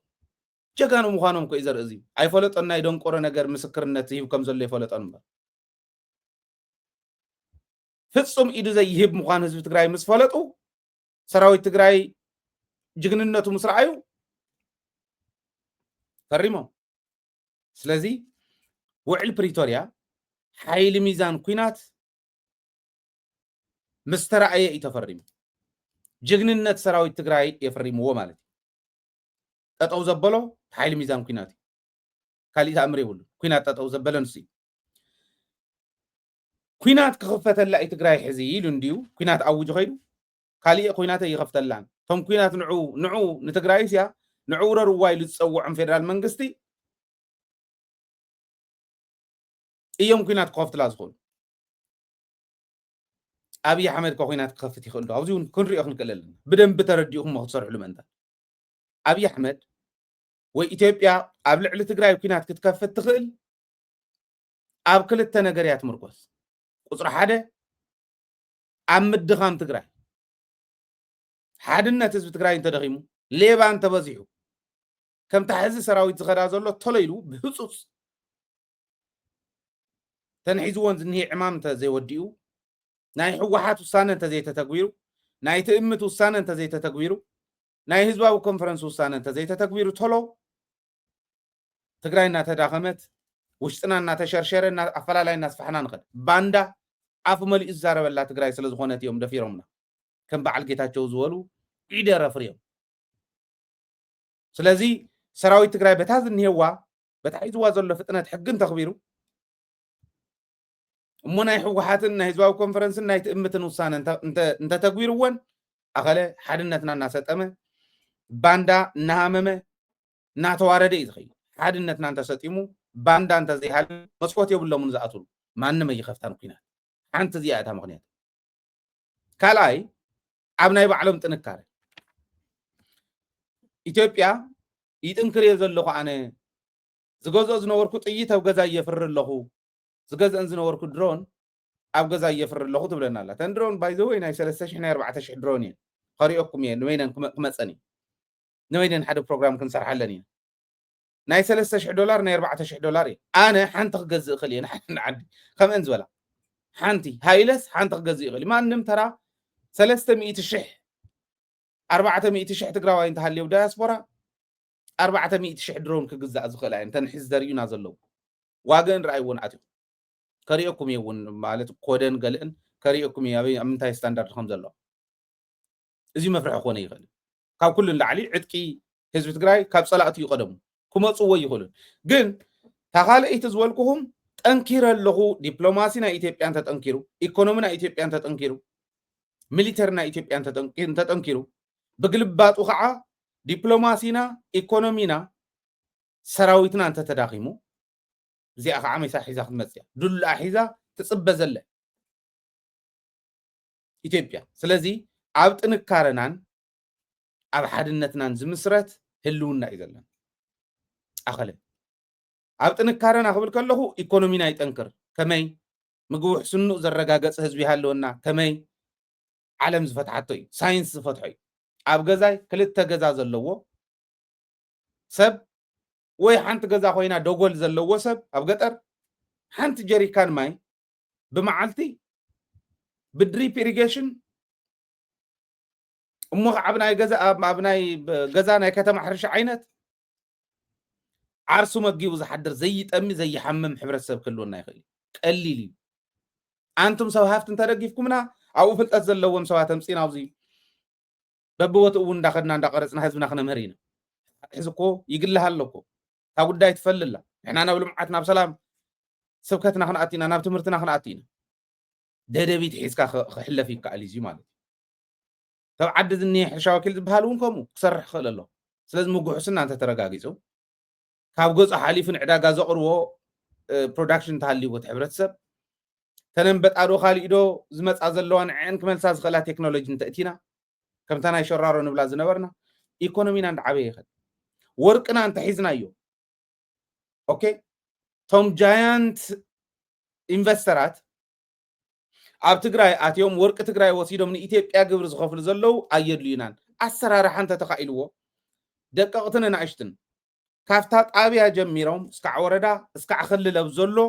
ግብር ምኽፋሎም ዝውዳ ክንህዎም እንተ ኮይና ከምዚና ንገብር መናእሰይ ይወደው ምልስ ተጋድልቲ ይወደው حارستو دقن استيو ونغادو خمس እንዳተባለ ነጋደው እንዳተወደቡ ወርቅ ትግራይ ፕሮሰስ ገይሮም የውጽዎ ገዋገው ገይሮም ኦኬ ሶቂር ገይሮም ቀለበት ገይሮም የውጽዎ ቶም ነጋደው እዚው ብደቀቅትን ናእሽትን ናሐዞ ሁሉ ካብ ክል ደቀቅትን ናእሽትን ጥራሕ አይኮነን በክልል ደረጃ ዓበይቲ ኢንቨስተራቱን ካኣትኩ ኩሉ ካውን ታሕትን ጎር ገንዘብና ሪሶርስና ንሐስ ኣብ ውሽጢ ትግራይ ይሁን ኦኬ إذا أنت تغيرو إيكونومينا عبي إذا السرار حنت تخايلو ودابت هاتي تنكرا أبتنكارنا أقول لكم زي ودابت هاتي تنكرا تفتز نبرن العلي كسر حلوون تكالات كم دبيت بلاوني تنكرا غودلن يمالا سراويتون غودلو يمالا درونم صاحي ولا صار درون غير كتبت درون منتاي تبل خايل كاكو وينچو زغزا يسرح عدو ኢትዮጵያውያን ሰሪሕ መስተጋሩ ምስራሕ ቀብዮም ማለት ነው ታይኻት ወልድላ ክስራሕ ዘይኽእል እዩ ታዘፍርስዋ ዘለው ንምስራሓት ከብድ ንምፍራሳ ግን ተቀልል ግን ሓድነት ስለ ዝኾነት ሓድነት ህዝቢ ትግራይ ባንዳን ሌባን ብጅቡኡን ብኸሽዑን ዝሓስብ እንተጠፊኡ እዚኦም ተተኣሪሞም ከምታ ሰራዊት ሒዝዋን ይሄ ሓድነትና ክጸንዕ መራሒ ዝበሃል እውን ህወብላ ዝሕልፍ ተጸጊዑ ኮን ይውል ከተጸጊዑ ህወብላ ይትሕልፍ ውፁ ተዛረቡ ውፁ ህዝብኩም ሓደ ክበር እዚ ህዝብ ሓደ ክገብር ዝኽእል መራሒ እንተመፅዩ ኣኸለ ኢትዮጵያ እውን እዚ ዘዋፃ ዚልና ኢና ክንርዳእ ዘለና ማለት ስለዚ እዚ እዩ ዝኸይድ ዘሎ ካልእ ተሪፉ ነቲ ናይ ኤርትራ መግደፉ ነቲ ናይ ትግራይ መግደፉ ናይ ውሳነ ህዝቢ ውሳነ ሰራዊት ትግራይ ኣብ ትግራይ ዝኽበር ዘሎ ሕጊ ኢትዮጵያን ኤርትራ ሓሲባቶ ዝነበረት ወራር እውን የትርፎይ ኣበርዒንዎ እመኑ ንኸና ውሕዎ እዮም ሕዘ ይኸዱን ከይዶም እንዲም ብዓፋር ብገለ ብቡሪ ኣቕሪቦም እንዲም ሰራዊት ትግራይ ኣብ ትግራይ ዝገብሮ ዘሎ ሕጊ ናይ ምኽባር ከይዲ ኢትዮጵያ ንኤርትራ ክትወራ ሓሲባቶ ዝነበረት የናውሕ ልብ እንተሃልዮም ኤርትራውያን ሕዚ تجارح واتنا وريرناكم شفشفناكم مريتكم حزنا إيهو مريتكم إيهو نبرتكم فردنا خن كحسينا خبها خل الله إزي زبل إيرتراون مفراي لب زلوا إيرتراو حلو حسب إيرتراون مفراي يخسر راح زلوا سلام سلزغون إحنا غنود ندل نسمعنا بتحسوا درجة جن ناي سراوي تقرأي وسانة حقنا مخبار كيدي أب تقرأي تراح غي مسلكم نير تراونيو كورار دحنوا يغتصل لي تو كورار ملحان أي يغتصلن كنرينا نقدميت زقبر زسرح إسراحات يوم زوسنوا أبز حج وان كنا خنري أخلنا جن تناو حال تقرأي حق تخبر الله تقرأي كتلو خلا بإثيوبيا وجن كمس أزغل حدقة زبر عن الله إيرتراتول زي إيرتراوين فلتوين اسكع حز حق استخبر لنا كبابتات نرعيه سمين معراب دحاني نيرو اتليستو حزب زمرصو من محدار ندا محدر صنحي جن باندا ملي حجي عاوزي حجي تزي تردقوا وزولو كأمت دليه حزقن اسكع حزقن بدنبي حق استخبر لنا كبابتات ورداتات دو مبراقني أي زواتات دو مبراقنين سوري زواتات دو مبراقن حق تخبير لنا مبراق سكعت مالي أي دو مبراق سكعت مال ودي أمي عم مبراقون بدنبي سكعت مالي درجة زازي موميو أوكي درجة زازي موميو سكعت مالي أبزل لجزية مالتي عبزيو هذا تاريخ كنقرأكم وقلنا هلهو التحداد مع عبيات كم زولوه نديم هاديمم حق خبر كله بعل جيتاتشو التحداد مع عبيات لنا نيرو حدا جزي تستوس نتخونكم ذاتري وازل لهم صحفتي ناي جيتاتشو ناي حدا جزي التحداد مع عبيات زبهال سميع لكم تقريني هافتام قام قايل لنا نيرو حقوي التحداد مع عبيات يوم هاديمم كافتنا كل الجميرو أو كل الكابزنا ور جميرو ጌታቸው ሐዊሱ ማለት እዩ በአየር ዝኸይድ በአየር በመኪና ዝጠፍእ በመኪና በሸጎዳ ገይሮም ቀዳማይ ነግረኩም ነይረ ይገርም እዩ ትማልውን ንጉሆ ዝሕለፍኩዋ ጌታቸው ዝተረፈቶ ሓንቲ እያ ኩናት ምእዋጅ ንዓ ኣብይ ኣሕመድ እቶ ኢሉ ኩናት ኣብ ልዕሊ ትግራይ ምእዋጅ እያ ተሪፋቶ ኢለኩምስ ድሕሪ ሰዓት ወፅያ ገሪሙኒ በሸጎዳ ገይሮም ካህርሚኦም በአየር ክኸዱ ዘይከኣሉ بأير زخدون كنت بتويهم وسينا خنري لكم نير قد مسمون هديمهم جيتاتشو هديمو جيتاتشو نديسا باخر كل تا زع بيلو باي ذا واي نتم حلوتي نتم عجبتو درجة حدا كانت عندي عجابي بيلونير نتم عجبتو كم زي تقول لنا تالا لصنيحس دنقت أبي أحمد مسدول الملك وهي عجبتو غيري غير سكعون دوي مالك كغير كلن خنديان برهانه قبر يسوس بحال ودكابا قديسا نزيهم حيزو خيد كل هادي ما مالت جنرالاتهم زخدو خمس لو سميع له كليب الانحزي كن رياينا تا قبريهم كيدو تم زخدو من مخانم فليتنا يملنا جنسكي غزينا هبو نفاسي وقعيو دحان مبر ማለት ክዋረዱ እንተ ዘይኮይኖም ህዝቢ ትግራይ ዘይሓስካ ጀነራልነት ህዝቢ ትግራይ ዘይሓስካ ጅግንነት የለ ንዮሃንስ መንጋግ ይሕተትዎ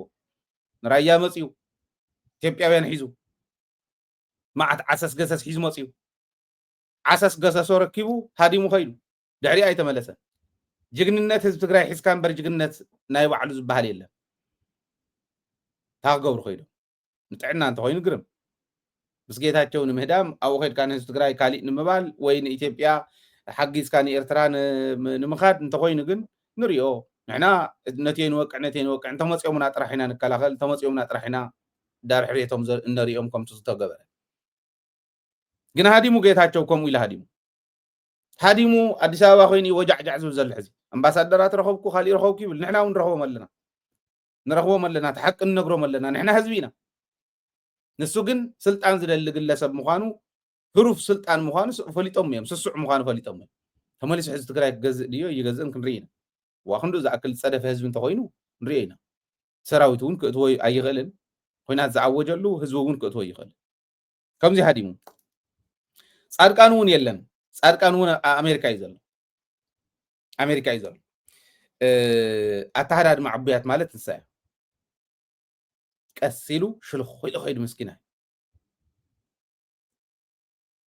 ታሁነታት ኣይኮንን እናበለት ንሓንገደት ምስከደት በቱ ዝሓሰብዎ ስለ ዘይከደትሎም ህዝቢ ትግራይ ከምቲ ዝደለይዎ ብናታቶም ድሌት ክግዛእ ከም ዘይኽእል ምስ ኣረጋገፁ ታሁነታት እናጠንከረት ምስከደት ሽሉኽ ኢሉ ጠፊኡ ዳንኤል ብርሃነ የንጨብጭብ ከም ዘይነበረ ሕጂ ሓንቲ ቁም ነገር ተዛሪቡ ንዖም ንዳንኤል ኳስ ገሪምዎ ተሃዳድሞኦም ማለት እዩ ዳንኤል كلهم نا አዲስ አበባ መኻዶም ዘይተረፈስ ንምንታይ እናተንጠባጠው ከም ዝኸዱ ክርዳእኒ ይከኣለን እዩ ኣብ ኣየር መንገዲ ትኬት ብሓባር እንተ ቆሪፅካ እኮ ዋጋ ከም ዝቕንስ ፍሉጥ ይብል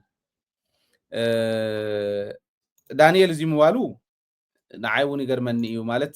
ይሃድሙ ምህላዎም ይምስክረልና እንዲ ዘሎ ይሃድሙ ኣለዉ እየ ዝብለኩም ዘለኹ ኣነ እውን ዳንኤል ንዕኦም ንኸቕፅል ዘይገበሮ ነገር ይነበረ ዳታቤዝ እንተ ዘይሃሊኩም ሕወሓት ተዘይሃሊካ ሰራዊት ተዘይሃሊኩም ኢሊት ትግራይ ሓዙ መነበይ ነይሩ ንፍለጥ ጽባሕ ንጎ ትማል ዝነበሩ ባንዳታት ስለዘይ ኣረምና ሎሙ ባንዳ ፍሪና ሎሙ ዘሎ ባንዳ እንተ ዘይኣሪምና ንጽባሕ ባንዳ ክነፍሪ ይተኣረሙ ይቅርታ ኢሎምን ህዝቢኦም ኩምለስ ዘለዎም ይዝብል ግን ዳንኤል ከምዚ ኢሉና ሓቂ እዩ ሃዲሞም እዮም እናተንጠባጠቡ ኸይዶም እዮም ሓደ ታሪክ ክነግረኩም ብጣዕሚ ዝገርም ናይ ጻድቃን ቀዲሙ ይኸይዱ أو إنها اللغون حنتي قدمنا في تاريخ من جاري نايت كان زملكات حدا نجار كله أو حدا بيج ناي إرتراويان ناي هجرف بيج يزيو من مترتري ولن فلتينا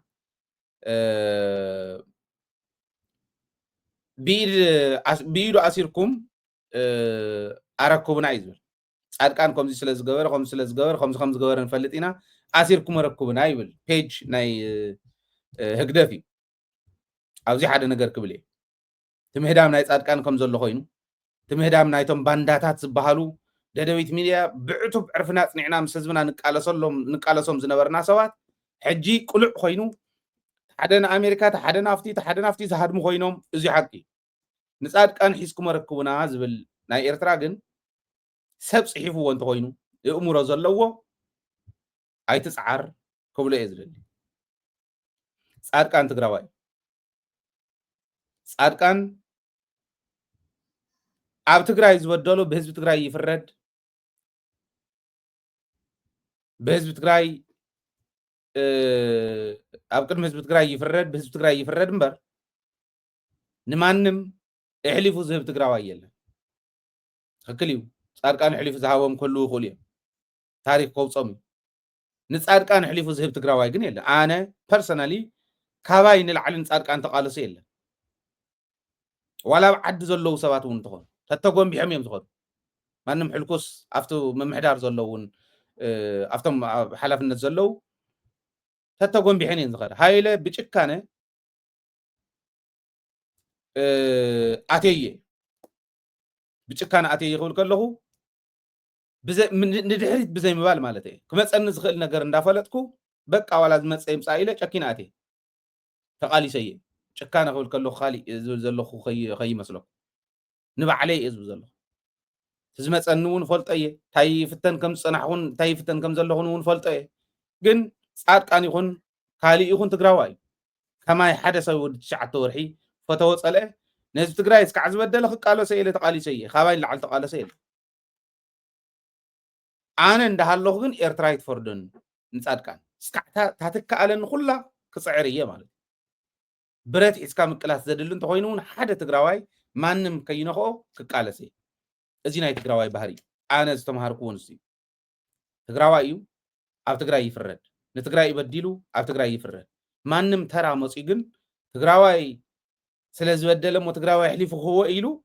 بعندما بتهايل إذا حسب تقراوي أي حلفن بعندهم بعالجيتاتشو هزبون حليفهم هي ومنيو هايلي يحلفن نحدا سبون خالي تعرف جيتاتشو كينات أوجلنا هزب تقراي نخفر دخو أروان نعفر دويلن صلاته يبون بعل قيد وم دانهم لذي ኣብ ልዕሊ ጻድቃን ከምዚ ዓይነት ጽሑፍ መጽሓፍ ጌጋ ما نسخم يكونكم تفرد ونحن عينا نفرد هزب تقرأي تفرد نحن يقرب زبدلن كلن ينسح زبدلن كلن يخفلن اوكي زيو سلازي ادب حزو كم زبها النجر يلن ولدنا فيكم اياتاتنا فيكم اوكي عدنا دمسيسكم نبرتنا وريركم تخيلنا يينا زلن حزون بسلام يودع دحان ملسوت نبرت كحسبونة هزبي سلام يودع نبل زلنا سلازي يتبدلنا يكونن حزقهم زي عين التحاسبو أدب قبروخ بهالخول الله تتهرى دماغن وياو بديلو من أيام صادقان نفتح حزبتي حتى زنيها فحفح نقطعتو وانا حتى تصادقان كفرد كلغن بهزب تقرأي فرد مبر بإرترا يكونن تناي بعل صادقان ناي بعل جيتاتشو هدما ناي بعل برهانة قبر يسوس هدما زغلو فكرة علنا رو مسواتنت كنكفلينا قال زلنا ورا مقال ختم عليهم يوم نزغل من سيفكروا ناب عزق تأتيو ناب زي ناتوز ناب زي يمصلو عينة التحساس بأتيو هاديمو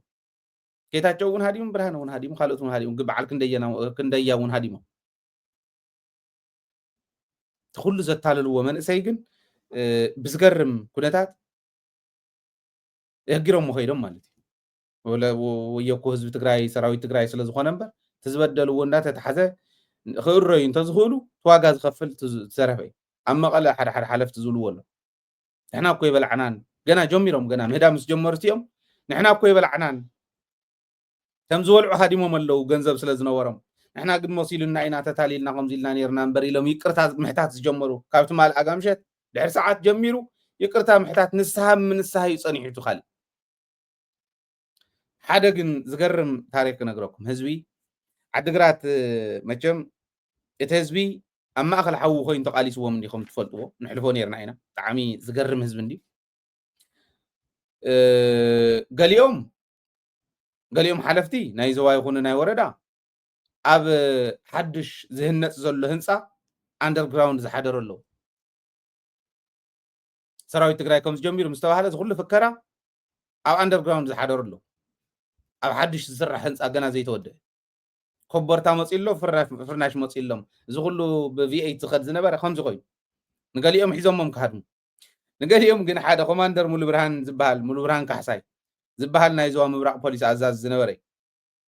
እዚዩ ቅድም ኢልና እውን ኣቕሪብና ኢና ብገበናት ናይ ሰግረዶብ ዝጥርጠር ጥርጠር ጥራሕተ ይኮነ ቃል ብቃል ህዝቢ እውን ገሊፅዎ እዩ ከምዚ ጌርካ ከምዚ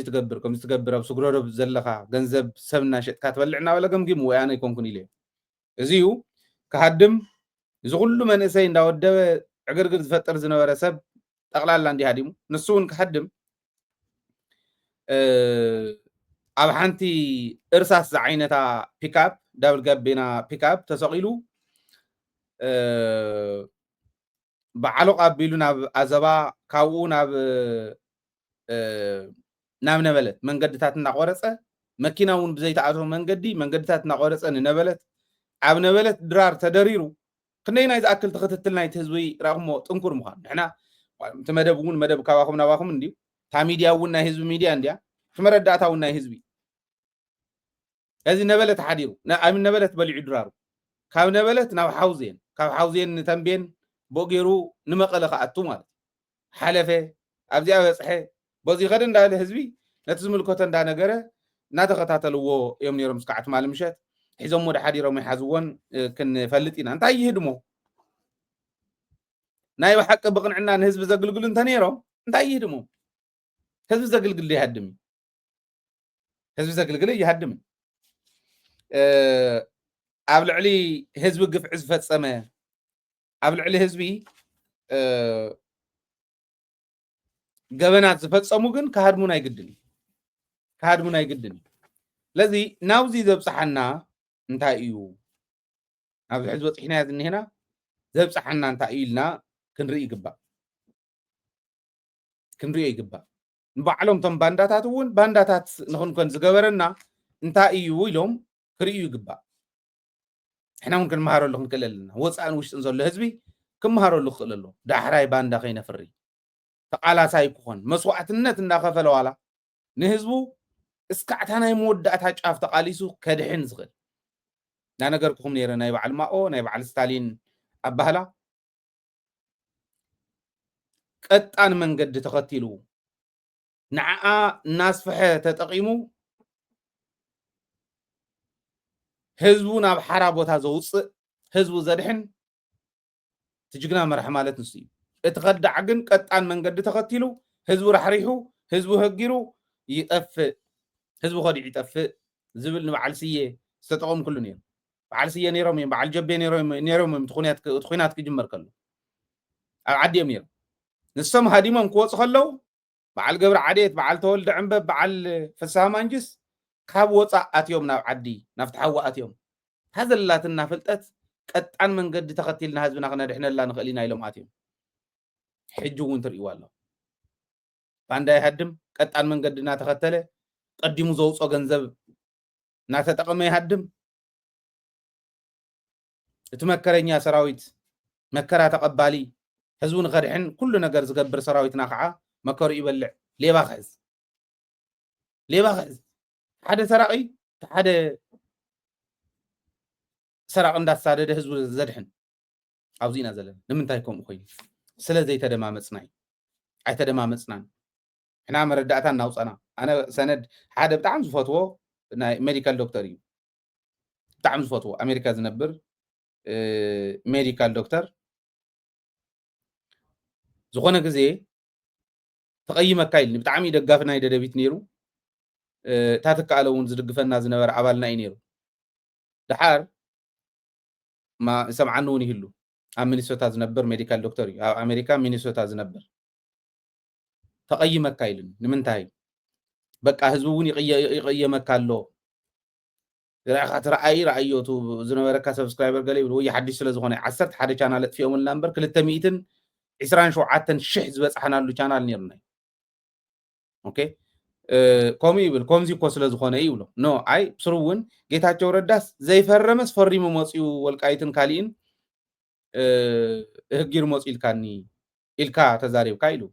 ይሄው ሰነድ ይሄው ተዛረቦ ዘይበሎ ይወልኩን ታ ሰነድ እውን ሃምሳይ ክፍርመላ ፌርማ ይተድልያን ተሰማሚዑ ክመፅእ እዩ ዘድሊ ካልኦት እውን ይገልፅዎ ነይሮም እቲ ናይ ኣበራ ኣዳሙ ሓው ይገልፆ ነይሩ እየ ኣይልዎ ጠላት እውን ይገልፅዎ ነይሮም እዚ ኩሉ በቃ ኣነ ተጋጌ ዝዛረብ ዘለኹ መሲልዎ ርሒቁና እዩ ንዓና ብግልፂ ርሒቁና በቃ ሽዑ ማለት ሕዚ ተረዲእዎ ክኾን እዩ ድሓር እውን ተረዲእኒ ኢሉ እዩ ብርግፅ ስለዘይተደማመፅና እዩ ንሕና ናይ ብሓቅና ኢና ንቃለስ ነርና ናይ ብሓቅና ኢና ሕዚ እውን ንቃለስ ፃሕቲርና ኢና ንረኽበን ነርና መረዳእት ሕጂ እውን ፃሕቲርና ኢና ንረኽበን ኣይተደማመፅና ይኽዕዱ ኣለዉ ብጎኒ ኦፕሬሽን ክንገብራ ኢና ክነፍርሳ ኢና ነታ ውድብ ክብሉ ከለዉ ውድብ ምፍራስን ዘይምፍራስን ኣይነበረን ትሕቶ ዕላማ ፀላእቲ ምስኻዕን ናይ ዘይምስኻዕን ጉዳይ እዩ ነይሩ ውድብ ኣፍሪስካ ናይ ህዝቢ ናይ ምውዳብ ክእለቱ ታሪኹ ምፍራስ እዩ ነይሩ ውዕል ፕሪቶርያ ናይ ምፍራስ ህዝቢ ትግራይ ርእሶ ድኒኑ ክነብር ናይ ምግባር ጉዳይ እዩ ነይሩ ነዚዩ ከምዚ እዩ ግደፍ ደኣ ህዝቢ ተረዳእና ኢልና ተረዳእና ተረዲእና ቀስ ብቀስ ሕዚ ግን ኩሉ እናተረዳእና መፅኡ ኣሎ ዝብል እምነት ኣለና ኣብዚ ኢና ነርና ዘይምርዳእና እምበር ክሕደት ኣጉል ቃል ምእታው እሞ ከዓ ምንም ዘይገብሮ ወለዱ ዘዕበይዎ ናብኡ ዝእተውዎ ሰያባት እንዳበለ ምፅራፍ ነታ ውድብ ንኸፍርስ ምኻድ ኦኬ ምፍራስ ውድብ ቃል በቃል ተዛረብዎ እዩ ኦኬ ጨፍጨፍቲ ምልቃቅ ሓፂን መፂን ምእራይ ውዳበታት ምፍራስ ኣሜሪካ ከይዱ እውን ንክልተ ሰባት ጥራሕ ወኪሉ ምምፃእ ዝነበረ ውዳበ ናይ መንግስቲ ተወከልቲ ዝበሃሉ እውን ምፍራስ ረኽቢ ህዝቢ ትግራይ ብጥስጥስ ኣቢሉ ምኻድ ካልኣይ ማህተም እንዳበልካ ምዕዳል ባንዳታት እናስልጠንካ ማንም ተቐያም እናኣከብካ ባንዳ ናብ ስልጣን በዓል ፀጋይ ገብረ ተክለስ ምልሻ ናይ ደቡብ ምብራቅ ሃዲኖም ባንዳታት ስለ ዝነበሩ እቲኦም በዓል ፀጋይ ገብረ ተክለ ንፀጋይ ገብረ ተክለ ክሕዙ ከመይ ከም ዝተፃዓሩ እቶም ኣቦይ ነግሩና ነይሩ ከም ዝበሉ ባንዳታት ከም በዓል ብርሃነ ገብረ ኢየሱስ ዝበሉ ባንዳታት ናብ ስልጣን ምምፃእ እዚኣቶም ንነግር ነርና ኢና ሕዚ ከዓ መወዳእትኡ ኣብ ልዕሊ ሰራዊት ኣብ ልዕሊ ዘይመደቦም ዘይሾሞም ሽመት ምውራድ ደብዳቤ ስልጣን ናይ ምውራድ ነቲ ሓደ ምድያብ ንበዓል ተኽላይ ዝገብሮ ዝነበረ ንበዓል ልያ ንርአዮ ተረዳድኡ ኣይኮነን ሓደ ግለሰብ ከም ኣገይሩ ሓንኪሩ መወዳእቱ ኣይኮነን ምስ በለት ህዝቢ እውን እንዳርዳእና ምስ ከድና ህዝቢ እውን ምስ ተረድአ ምቅላስ ምስ ጀመረ ኩናት በሉ እምበኣር ንሄልኩም ኢሉ ንዓስ ፌደራል መንግስቲ እቶ ኢሉ ካኣቱ ደይኣቱን ክንሪኦ ኢና ሓቢርና ተንዝእትዎን ዘይእትዎን ዓንተወይ ዝነገርኩኹም እየ ሓቢርና ክንሪኦ ኢና ግን መወዳእታ ክበፅሕ ከሎ ኩናት እምበኣር እንድሕር በልኩምስ ኩናት ኣውጀልኩም ኣለኹ ኢሉ ኩናት ኣውጅልና ከፍ ኢሉ ማለት እዚ እዩ ኮይኑ ዘሎ ስለዚ ንሕና ከም ህዝቢ ክንገብሮ ዝግባአና እንታይ እዩ ከም ህዝቢ ክንገብሮ ዝግባአና እንታይ እዩ ሕዚ እውን ምድምማፅ ምርድዳእ ምድምማፅ እዚ ኢና ክንገብር ዘለና ኢለ ዝኣምን ነገር ግን እቶም ባንዳታት ኮይኖም ንጌታቸው ዘታልሉን ንሱ ዘታልሎምን ዝነበሩ ግን ኩሎም ኣብ ልዕሊ ህዝቢ ትኩስ ድንሽ ዘፍስሱ ዝነበሩ ነዚኣቶም ምልቃቅ የለን ክትሓዝ ኣለዎም ባህሊ ሕዝቱ ንዓ ኣረክብ ተባሂሉ ዘረክብ ዘሎ ዘይሕጋዊ ስልጣን ሒዝ ዝነበረ እስካዕ ዞባ ክኸድ ኣለዎ ከመይ ግን ክኸድ ዘለዎ እስካዕ ዞባ ክኸድ ከሎ ከመይ ክኸድ ክኽእል ኣለዎ ዝብል ክንሪኦ ክንክእል ኣለና ከም ዘለዓዓሉ ክትሓዝ ኣለዎ ኣብ ዞባ ኮይኖም ኣብ ክልል ኮይኖም ዘለዓሉ ዝነበሩ ፀረ ህዝቢ ትግራይ ዝኸዱ ዝነበሩ ክትሓዝ ኣለዎም ብሕጊ ክሕተት ኣለዎም ከየምልጡ ኢለ እየ ትማልዎ ከየምልጡ ዘምለጡ ትርእይዎም ኣለኹም ዝኸዱ ኣለዉ በዓል ብርሃነ ደሞ ምለጡ በዓል ክንደያ ደሞ ምለጡ እንታይ ክገብሩ ኮይዶም ናብ ቅዳሴ ክሳተፉ ኣይኮኑን እኮ ወይ ዝኾነ መንግስታዊ ተልእኮ ሒዞም ኣይኮኑን ያድሚዮም ዘለዉ ዝሓዙ ሒዞም እዮም ነጊረኩም እየ ጌታቸው ረዳ ከም ካልኦት መጉደፍዎም ቀዲሞም ምስራቅ ዝጀመሩ ጌታቸው ኣብዘን ዝነበረ ናይ ስልጣን ግዜ ካብ ኣነ ዝበለ ናይ ትግራይ በዓል ሃፍቲ ንላዕሊ ሃፍቲ ኣኻዕቢት እዩ ዱባይ ትመስክር ምንም ስታይ የብሎም እዚኦም ሕዚ ተመሊሶም ንትግራይ ከም ድላይም እንዳዕዲዖም ዝዕንድሩላ ትግራይ ክትኮንን ዘይክትኮንን ኣብዚኣ እታ ድርድሮም እምበር ድሕሪ ሕዚ ገንዘብ የድልዮም ስልጣን የድልዮም እንተኸዱ እውን ፀገም የብሎም ተተዋሂቦም ስልጣን ክቕፅሉ እዮም ተተኸልኡ እውን ፀገም የብሎም ገንዘብ ሒዞም እዮም እኹል ከምልጡ የብሎምን ክሕተት ኣለዎም ባህሊ በየነ ከየምልጥ ካልኦት ከየምልጡ እዚ ከመይ ይገበር ሕዚ ኣነ ቀዳምነት ተንግብሪ እከዝነ ዝሓዘ ዘለዋ ሚድያታት ሕተት ኣለዎ ንኣብነት ኤፍኤም መቐለ ከም ዘለዎ እቲ ናይ ጌታቸው ኣዲስ ኣበባ ኮይኑ ዝረጭዎ ዘሎ መርዚ ትነዝሕላ ናብ ህዝቢ ተጠንቀቁ ክበሃሉ ክኽእሉ ኣለዎ ካልኦት እውን ከምኡ ትርእይዎን ኣለኹም ኤፍኤም መቐለስ ዝመርሓ ዘሎ ሓለፎም ንርአ ዝበሃል ቅድሚ ሕዚ ምስ ብልፅግና ኮይኑ ፀረ ህዝቢ ትግራይ ይሰርሕ ስለ ዝነበረ ድሕሪ ሰነ 21 ተገምጊሙ ወሪዱ ጌታቸው ያው ባንዳ ምስቃል ናቱ እያ በዓል ብርሃነ በዓል ፀጋይ ገብረ ተኽለ እኳ ሰቂሉ በዓል ሰሎሙን ንዕኡ እውን መሊሱ እትይዎ መሊሱ ምስ እተዎም ሰዓቶም ኮይኑ ናይ ድሕረትን ናይ ክድዓትን ናይ ክሕደትን ስራሕቲ ይሰርሕ ነይሩ ዝተዝሓለፈት እውን ተገበረ ትሪኢኹም ኢኹም ከምዚኣ እናገበረ መፅኡ ዘለዓዕሉ መንእሰይ ዘታልሉ ፅሑፋት እናፀሓፉ ፀኒሖም ሕዚ እውን ናይ ማንም ዒዋላ ፀረ ህዝቢ ትግራይ ፀረ ሰራዊት ትግራይ ዝኾነ እንዳደወለ ቃለ መሕተት ዝሕተት ሲኢኑስ ማንም ድርዬ ይሓትት ንበዓል ፀጋይ ገብረ ተኽለ ይሓቶም ናይ ዓዲ ጉዳይ ዓንተዎ ዝነገርኩኹም ፀጋይ ተተኪስዎ ምናብ ህዝቢ እዩ ትግራዋይ ደይኮነን እቲ ሰራዊት እንደም ሕልፊ ትግራዋይ ፀጋይ ገብረ ተኽለስ ንትግራይ ሓሳቡ ኮይኑስ ነቶም መናእሰይ ሓሳቡ ኮይኑ ካብቲ ልዕሊ ሰራዊት ሓሳቡ ኮይኑስ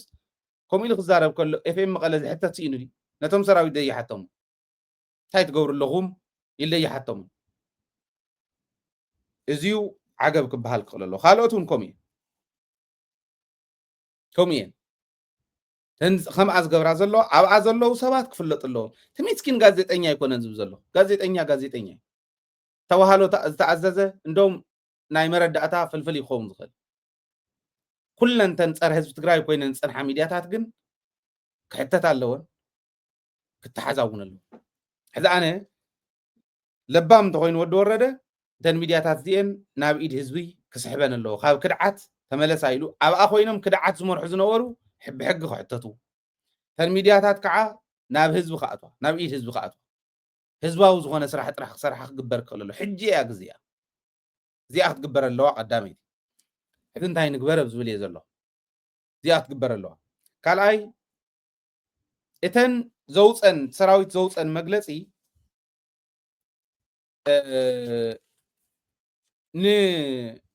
ንግዚኡ ጥራሕ ዝሰርሓ ክኾነ የብለን ፀረ ህዝቢ ትግራይ ዝኾነ ፅሑፍ ፅሒፎም ህዝቢ ዘደናግሩ ክሕዝየ እንዲሉ ሕጊ ከኽብር እየ እንዲሉ ከኽብር ክኽእል ኣለዎ ንቐፃሉ ኣብ ትግራይ ጌታቸው ጥራሕ ኣይኮነን ኩናት ዓዲሙ ስኸይንብልን ብዛዕባ ትግራይ ዝብሉ ኣዲሱ ዝበሃል ሓደ ገፈጥ ስኢል ገመር ዝመስል ሰልቸወ ምግቢ ዝሰኣነ ገመር እዩ ዝመስል ክትሪኦ ከለካ እውን ከምኦም ዝበሉ ዝመርሕዎ ንዓ ትራምፕያ እቶ ከም ዝበለ ኣሸባሪ እንሄ ኢሎም ኣብይ ኣሕመድ እውን ንክኣቱ ፀዊዖም እዮም ከምቲ በዓል ሙዘይ መረሳ እውን ጠለውለው ዘብልዎ ወረቐት ማለት ጌታቸው ትማል ወሲኑላ ኪዳን ተጋሩ ንብሔራዊ ድሕነት ኢሎም ተጠርኒፍና ዝብሉ ዘለዉ ከዓ ንብሔራዊ ድሕነት ተጠርኒፍና ዝብሉ ዘለዉ ከዓ መዳርግቲ ኣካላት ስምምዕ ፕሪቶርያ ከምኡውን ማሕበረሰብ ዓለም ኣትዩ ከኽብር መዳርግቲ ኣካል ማለት ብፌደራል መንግስቲ ማለት እንዲ ፌደራል መንግስቲ ንክኣቱ ፀዊዖም እዩ ቃል ብቃል የንብቦ እየ ዘለኹ ኪዳን መግለፂ ኪዳን ተጋሩ ንብሔራዊ ድሕነት ይብሉ ንብሔራዊ ክሕደት ከይብሉስ ንብሔራዊ ድሕነት ክሕደት እዩ ብሔራዊ ክሕደት ኪዳን ተጋሩ ንብሔራዊ ክሕደት እዩ ክበሃል ዘሎ ብሔራዊ ክሕደት እዩ እኒ ኣብዚ ዝብሉ ንረብሓ ሓደ ጉጅለ እኩይ ተግባር ዝተግብሩ ሰራዊት ኢሎም እዮም ነቶም ሰራዊት እኩይ ተግባር ዝተግብሩ ይብልዎም ንረብሓ ሓደ ጉጅለ ከዓ ይብሉ መጭወይትን ማእሰርትን ተኽስን ገለን ይገብሩ ኣለዉ ይብልዎም ነቶም ሰራዊት ንረብሓ ሓደ ጉጅለ ነየናይ ጉጅለ ኾን ይኾን ኣነ እዚኣ እያ ገሪማት ንዘል ኣበይ ዝኒሄት ብለርድ ዝኾነ ዘይርአ ንዖም እውን ዘይረኣዮም ዝፅሕፍዎ ዘለዉ መነይቲ ጉጅለ ስልጣን ንሓደ ጉጅለ ዝብልዎ ዘሎ ኣየና እቲ ጉጅለ ወናዓ ጉጅለ ስልጣን ሓዝ ተባሂሉ ዝመፀ ጉጅለ ደለ ሕጊ ኮ እዩ ዝኽበር ዘሎ ነዚ ብሔራዊ ክሕደት ዝብሎም ዘሎ ኪዳን ተጋሩ ንብሔራዊ ክሕደት ኮይኖም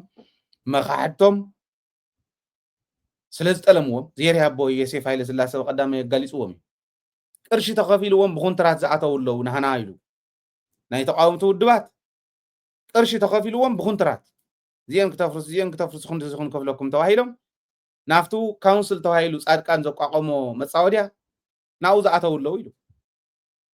እዚኣ ስለ ዝተርፎም ስለ ዝፈልጡ ግን እዚያውፅኦም እንታይ ኢሎም ፃውዒ ተቕሪቦም 5 ዝኾና ሓይሊ ሰራዊት ተጠቒምካ ግዝያዊ ምሕዳር ንምፍራስ ዝኸይድ ዘሎ ጠጠው ይብሉ ሰራዊትስ ግዝያዊ ምሕዳር የፍርስ ኣሎ የመዓራር እምበር ባንዳ ይፀርግ ኣሎ ህዝቢ ተዓዘብ እዚአን ፅባሕ ንጎ እንታይ ክሰርሓ ከም ዝኽእል ኣርኣዩ ካልኣይ ንሓደ ጉጅለ ዝወገነ ሰራዊት ናብ ካምፕታት ይእቶ ይብሉ ሰራዊት ናብ ካምፕ ይእቶ ይብሉ ነይሮም ከም ነንስቶም እውን ዘይኾኑ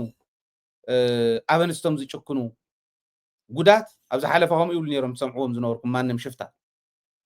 ጌታቸው ዝዕጠቆም እዩ እዚኦም እውን ከምኡ እዮም ናብ ካምፕ ይእቶ ሰራዊት ከም ዝበለ ድፍረት የለን ኣብ ትግራይ ኮይኖም ፅሒፎም እንተኮይኖም ዝገርም እዩ ነዘጋጥም ጥፋኣት ክልቲኦም ተሓተቲ እዮም ይብሉ ሕወሓትን ሰራዊትን ማለቶም እዩ ብወታደራዊ ሓይሊ ዝተሓዝ ስልጣን የለን ህዝብና ስሊፍና ክንቃለስ ኢና ተርእየልኩም ብሔራዊ ክሕደት ዝፍፅም ህዝቢ የለን ምስዚኦም ተሰሊፉ ሰራዊት ዝወግእ ህዝቢ የለን ምስ ሰራዊት ተሰሊፉ ባንዳ ዝወግእ ህዝቢ እዩ ዘለና ዓሻ ትግራዋይ የለን እንተርፊ ባንዳ ከማኸም ዝበለ ማለት እዚ ግዕዝና እዩ ኣብ ክንዲ ህዝቢ ተረጋጋዕ ሽግር የብሉን ሰራዊት እዩ ሰራዊትና እዩ ጫፍ ብልሕ መኸተና እዩ حقي زخبر زلو خقاق خلو خن الرمينا خن الزراربينا او كندم بال بارت كندم مثال باندانت بقلع نور ديكونا زيولو كم زولكو مداركتي اكالات سمع بريتوريا طالقاتو يقول فيدرال منغستي طالقاتو مالتي ها هيلكم تترف مبر فيدرال منغستي طالقا زاتو غداي يل اياتم كيتا تحزو بحالي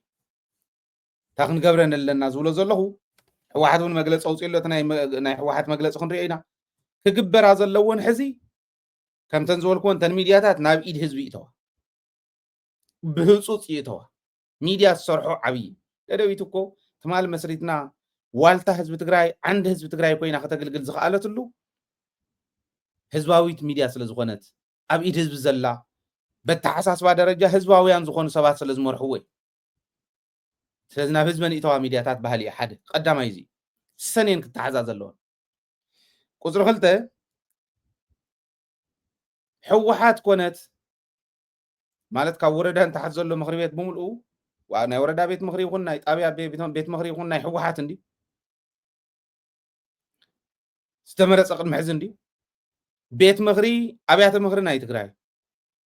ውድብ ማለት ልብ ዘለዎን ውድባት እውን እንተሃልየን ካልኦት ካብ ሕወሓት ወፃኢ ውዳበታት ኩሎም እዚኦም ምስ ሰራዊቶም ኮይኖም ሰራዊትና ኮይና ኩልና ተካላት እውን ቀስ ብቀስ መጀመርያ ክግበር ዘለዎ ካብ ጣብያ እስካዕ ዘዋብ ዘሎ ሕትም ክብል ክኽእል ኣሎ ማንም ሸላኽ ዘይብሉ ምንም ሸላኽ ዘይብሉ ማንም ተንኮለኛ ማንም ፀረ ህዝብ ዘያኣትዎ ሕትም ዝበለ ክኾን ክኽእል ኣሎ ኣበይ ካብ ጣብያ እስካዕ ዘዋብ ባንዳ ይፀረግ ሰሜን ምዕራብ ኢለ ዓንቶ ይልዕለ ነይሩ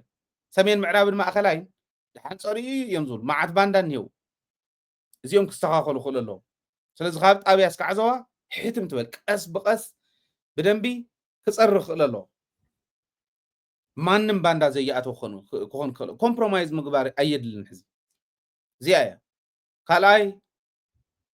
ሕዝና ፕሬዚዳንት ምጉያይ እውን ኣየድልን ወፂኡ ኣሎ ባዕሉ ሃዲሙ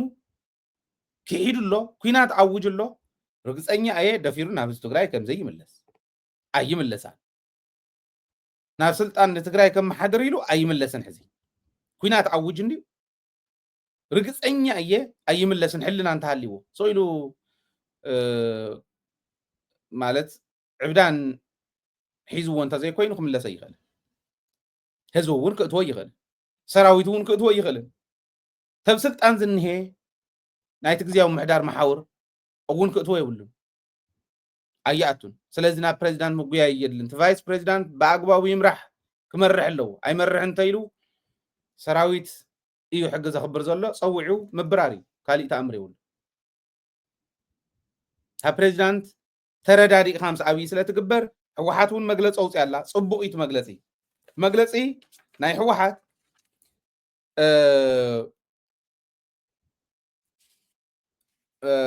መቋረፂ ዘይብሉ ብሄራዊ ክሕደት ደው ይበል እዩ ዝብል ተሪሕካ እዩ ደው ዝብል ባይዘይ መግለፂ ኣይኮነን ደው ዝብል መግለፂኹም ፅቡቅ እዩ ግን ደው ይበል ብምባል ኣይኸውን ከምዞም ሓደ ጀመርቲ ብካራቴ ብግዛዕ እንታይ ነውፂና እንዳበሉ ዝቕልዱ ዘለው ከይኸውን ደቃ ባንክ ካይምላእ ኢለየ ኣለኹ ኣካውንት ካይምላእ ከምኡ ነገር ዘጠልሉ ኣለዉ ከምዚ ከይኸውን ናይ ሕወሓት መግለፂ ፅቡቅ እዩ ትትሕዝቶ ብጣዕሚ ፅቡቅ እዩ መቋረፂ ዘይብሉ ብሄራዊ ክሕደት ደው ይበል እዮም ኢሎም ሰሪሕካ እዩ ግን ደው ዝብል ክትሰርሑ ባህሊ እዩ ሰራዊትና ብምብታን ህዝቢ ትግራይ ንዝኸፍአ ሓደጋ ምቅላዕ ኣይከኣልን እውን ኢሎም ኣለዉ እዚ እውን ሰሪሕካ እዩ ምስ ሰራዊትካ ጠጠው ኢልካ እዩ ህዝቢ ምስ ሰራዊቱ ጠጠው ክብል ብምግባር ኔትወርክኩም ተጠቂምኩም መሓውርኩም ተጠቂምኩም ኣብ ጎኒ ሰራዊት ጠጠው ክብል ህዝቢ ምግባር እዩ ልክዕ ከም ደደቢት ዝገብሮ ዘሎ እዚ ብምግባር እዩ ውስናት ናይ ግዝያዊ ምሕዳር ኣባላት ኮይኖም መጋበርያ ፀላእቲ ዝነበሩ ዘምፅዎም ምዃኑ እውን ሕዚ መፂ እኒሄ ጉድ ይገልፁ ሰራዊት ኮነ ኣመራርሕኡ ብፍቃድ ዝኾነ ይኹን ሰብ ዝውሰነ ይኮነ ብዝኾነ ይኹን ሰብ ድሌትን ጠለብን ዝባረርን ዝሽወምን ሓላፊ የለን ማለቶም ሕጊ ምኽባር مسرح سلامن وعل بريتوريا ناتنكر نخيد يقبر مبر سلام يفرسن بريتوريا ون يفرسن منقس إثيوبيا خونه محبرسو عالم وعل بريتوريا نابزلاق سلام نخسقاقر اجامم قواص اللوام زول وحلل زخونه مجلس وز زي اقن مجلس إثيا مجلس تقبار يدلي مجلس ناي تقبار دقاف يدلي سلازي ناي تقبار دقاف هلو اللوو عفتنا واحد مجلس ونزريو مجلس صبغيو جن ناي تقبار دقاف كله خلال الله ويل الله ما تسعون كور ودا بدقف تحوحاتون مجلس أوس يوم الله زيهم بملهم تعموا وحلولات سراويتهم دقيفهم استقرايون بدنبي أبغون سراويت تطأو قبل سلاتي حزب تقرايون حزب تقراي ياهم زي خوون الله يلهم قبل عليه حزب تقراي داقم طفعت كيف تصم خطون قعو زيو أفليت أم الله زيهم صبغاتهم تكبار جنيد دقز الله يكون وشتز الله وداو صنعو سراويت دقيفو زغوده لمليو خير خل الله وزب الامنه لني از تناي فايس الى تقصل تخليا مس اثيوبيا ترداديكم سكعت كبروا تناي بريزيدنت سكعت ترداديكم توسنوا كونتاتنا راخا نا ترداد اخا مستو زملكوت اكل مدرادرتنا سلو زغون ناي قدني لازم مسوم كنرادار ازغبانا نرادار مسكالي كنرادار ازغبانا نرادار زغودلنا نمال حدنتنا نطناخر سراويتنا ندقف ازي غيرنا انت قصيلنا مانم كدفرنا زي يغل كنكونينا مالت سلازي ازيتو بدن بخنردو زلنا الى زحاسو حزون اب غون سراويتنا اينا ددبيت ميديا منم طرطر يولن ناي ود ورده مغلص تعفينو اب زول كله تمالي حجون لنا نحنا ددبيت ميديا اونيكم استوديو او عدي سالا جوبا هايلن سالاتن حجز كابستوسنو نرخبن ددويت ميديا كوستوديو خفيتنا لكم منين عوض أنت دليكم وين بدن بسنة سرعة كنست أنا قدوكمينا نابزو خوني يخون ددويت استوديو كيركم بنات سنت كنست أنا قدو تخوليكم سراويتنا كالي محبر سبو ددويت كفتيو نقولو كالوتكم باندات هاتكوينكم زخاركم وين كن مقوتاكم نخلينا نعو كابجيت هاتشو جميرو مالي كمتسي خلي مانم كن ما قوت نخلينا وكن مهزبي بقنعنا نهزب زاقلقل أنا تقاقين يريلوني قرتا خحاتت بري كن كفتو لينا نعوي قرتا حاتيتكم ناهوزوكم تمالزو كنم ما قوتينا حقينا نيرنا نحنا نتيلكم كأخذ مقوتاكم نعو نبلنا لكم سكع ذخوركم سأر هزب سلازخونكم كن كنقالسوكم قدني أزينا ددويت متكل لذي ددويت ميديا يقالسون اللو حجوني مكورنا اللو يوتيوب صحيفو لنايو ملسنا لنا زملكتو زغولو سبات دحان فلطو ونتو تكنيكون قصيرنا لنا ገንዘብ ይስጠፍ እንበርኮም ጌርና ከን ሕሉኹን መኮሪና ይፈትኑና ግን አለው ተዓቅሞም መብልሻዊ ተዓቅሞም መፍራሲ ተዓቅሞም ምዕጻዊ ይዕጹና አለው ይፈትኑና አለው ንሕና ግን ህዝብና አሚንና ክንከዲና ኣብ ውሽጥ እንደገን ዘሎ ትግራዋይ ነዛ ሚድያ እዚ ሓጊዙ ህልውና ህዝቡ ከቅጽል እንተኮይኑ ምንም እኮ ካብ ተግባርና ይኹም ክትግምግሙና ካብ ብስራሕና ገምግሙና ንሕና ከም ሚድያ እስካዕሎም ማዓንቲ ዝተቃለስናለን ናይ ቃልሲ መስመራት ፍጹም ህዝባውያን እየን እንዶም ዕሪና ኣማዕዲና ንርኢ ፕሮአክቲቭ ኮይና ንሰርሓሎም ስራሕቲ ስለዝነበሩ ኣመስኪርና ኢና ዝብል እምነት እዩ ዘለኒ ስለዚ በዚሁ ተሕግዙና ኣብ ውሽጢ ዘለኹም ሰብ ሃፍቲ ሓግዙና እቲ ህዝቢ ይሕግዘና ኣሎ እቲ በዓል ሃፍቲ ግን ብዙሕ ኣይኮነን ጥራሕቲ ኣይኮነን ኣብ ውሽጢ ዘሎ በዓል ሃፍቲ ሓግዝና እውን ይፈልጥ ስለዚ ሓግዙና እዚ ሚድያ እዚ ይደልል ኣነ ማለት صباح نقول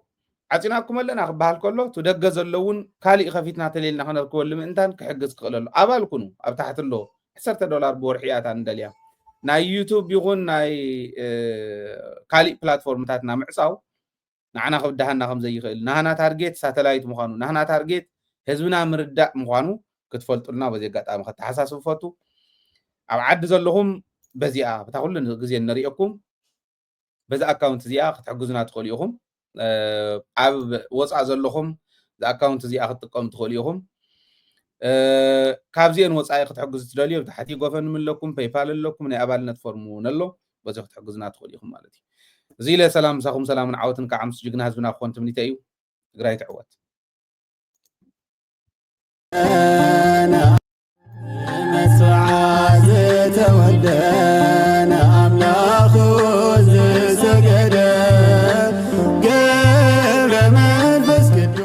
በስመ አብ ወወልድ ወመንፈስ ቅዱስ አሐዱ አምላክ አሜን። መንፈሳዊ መጸዋዕታ ኣብ ከተማ ሽረ እንዳስላሴ ቀበሌ 01 ካብ ዝርከብ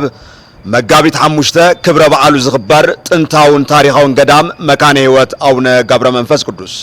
እንኳዕ ናይ አቦና አቡነ ገብረ መንፈስ ቅዱስ በበዓመቱ መጋቢት 5 ዝኽበር እንኳዕ ኣብጽሓኩም እንኳዕ ኣብጽሓና ክብል ይደሊ። እዚ በዓል እዚ ኩላና ህዝበ ክርስቲያን ከም እንፈልጠን በበዓመቱ እውን ከም ነኽብሮን ኣብዚ ሕዚ ድማ ብብፁዕ ኣቦና አቡነ ጴጥሮስ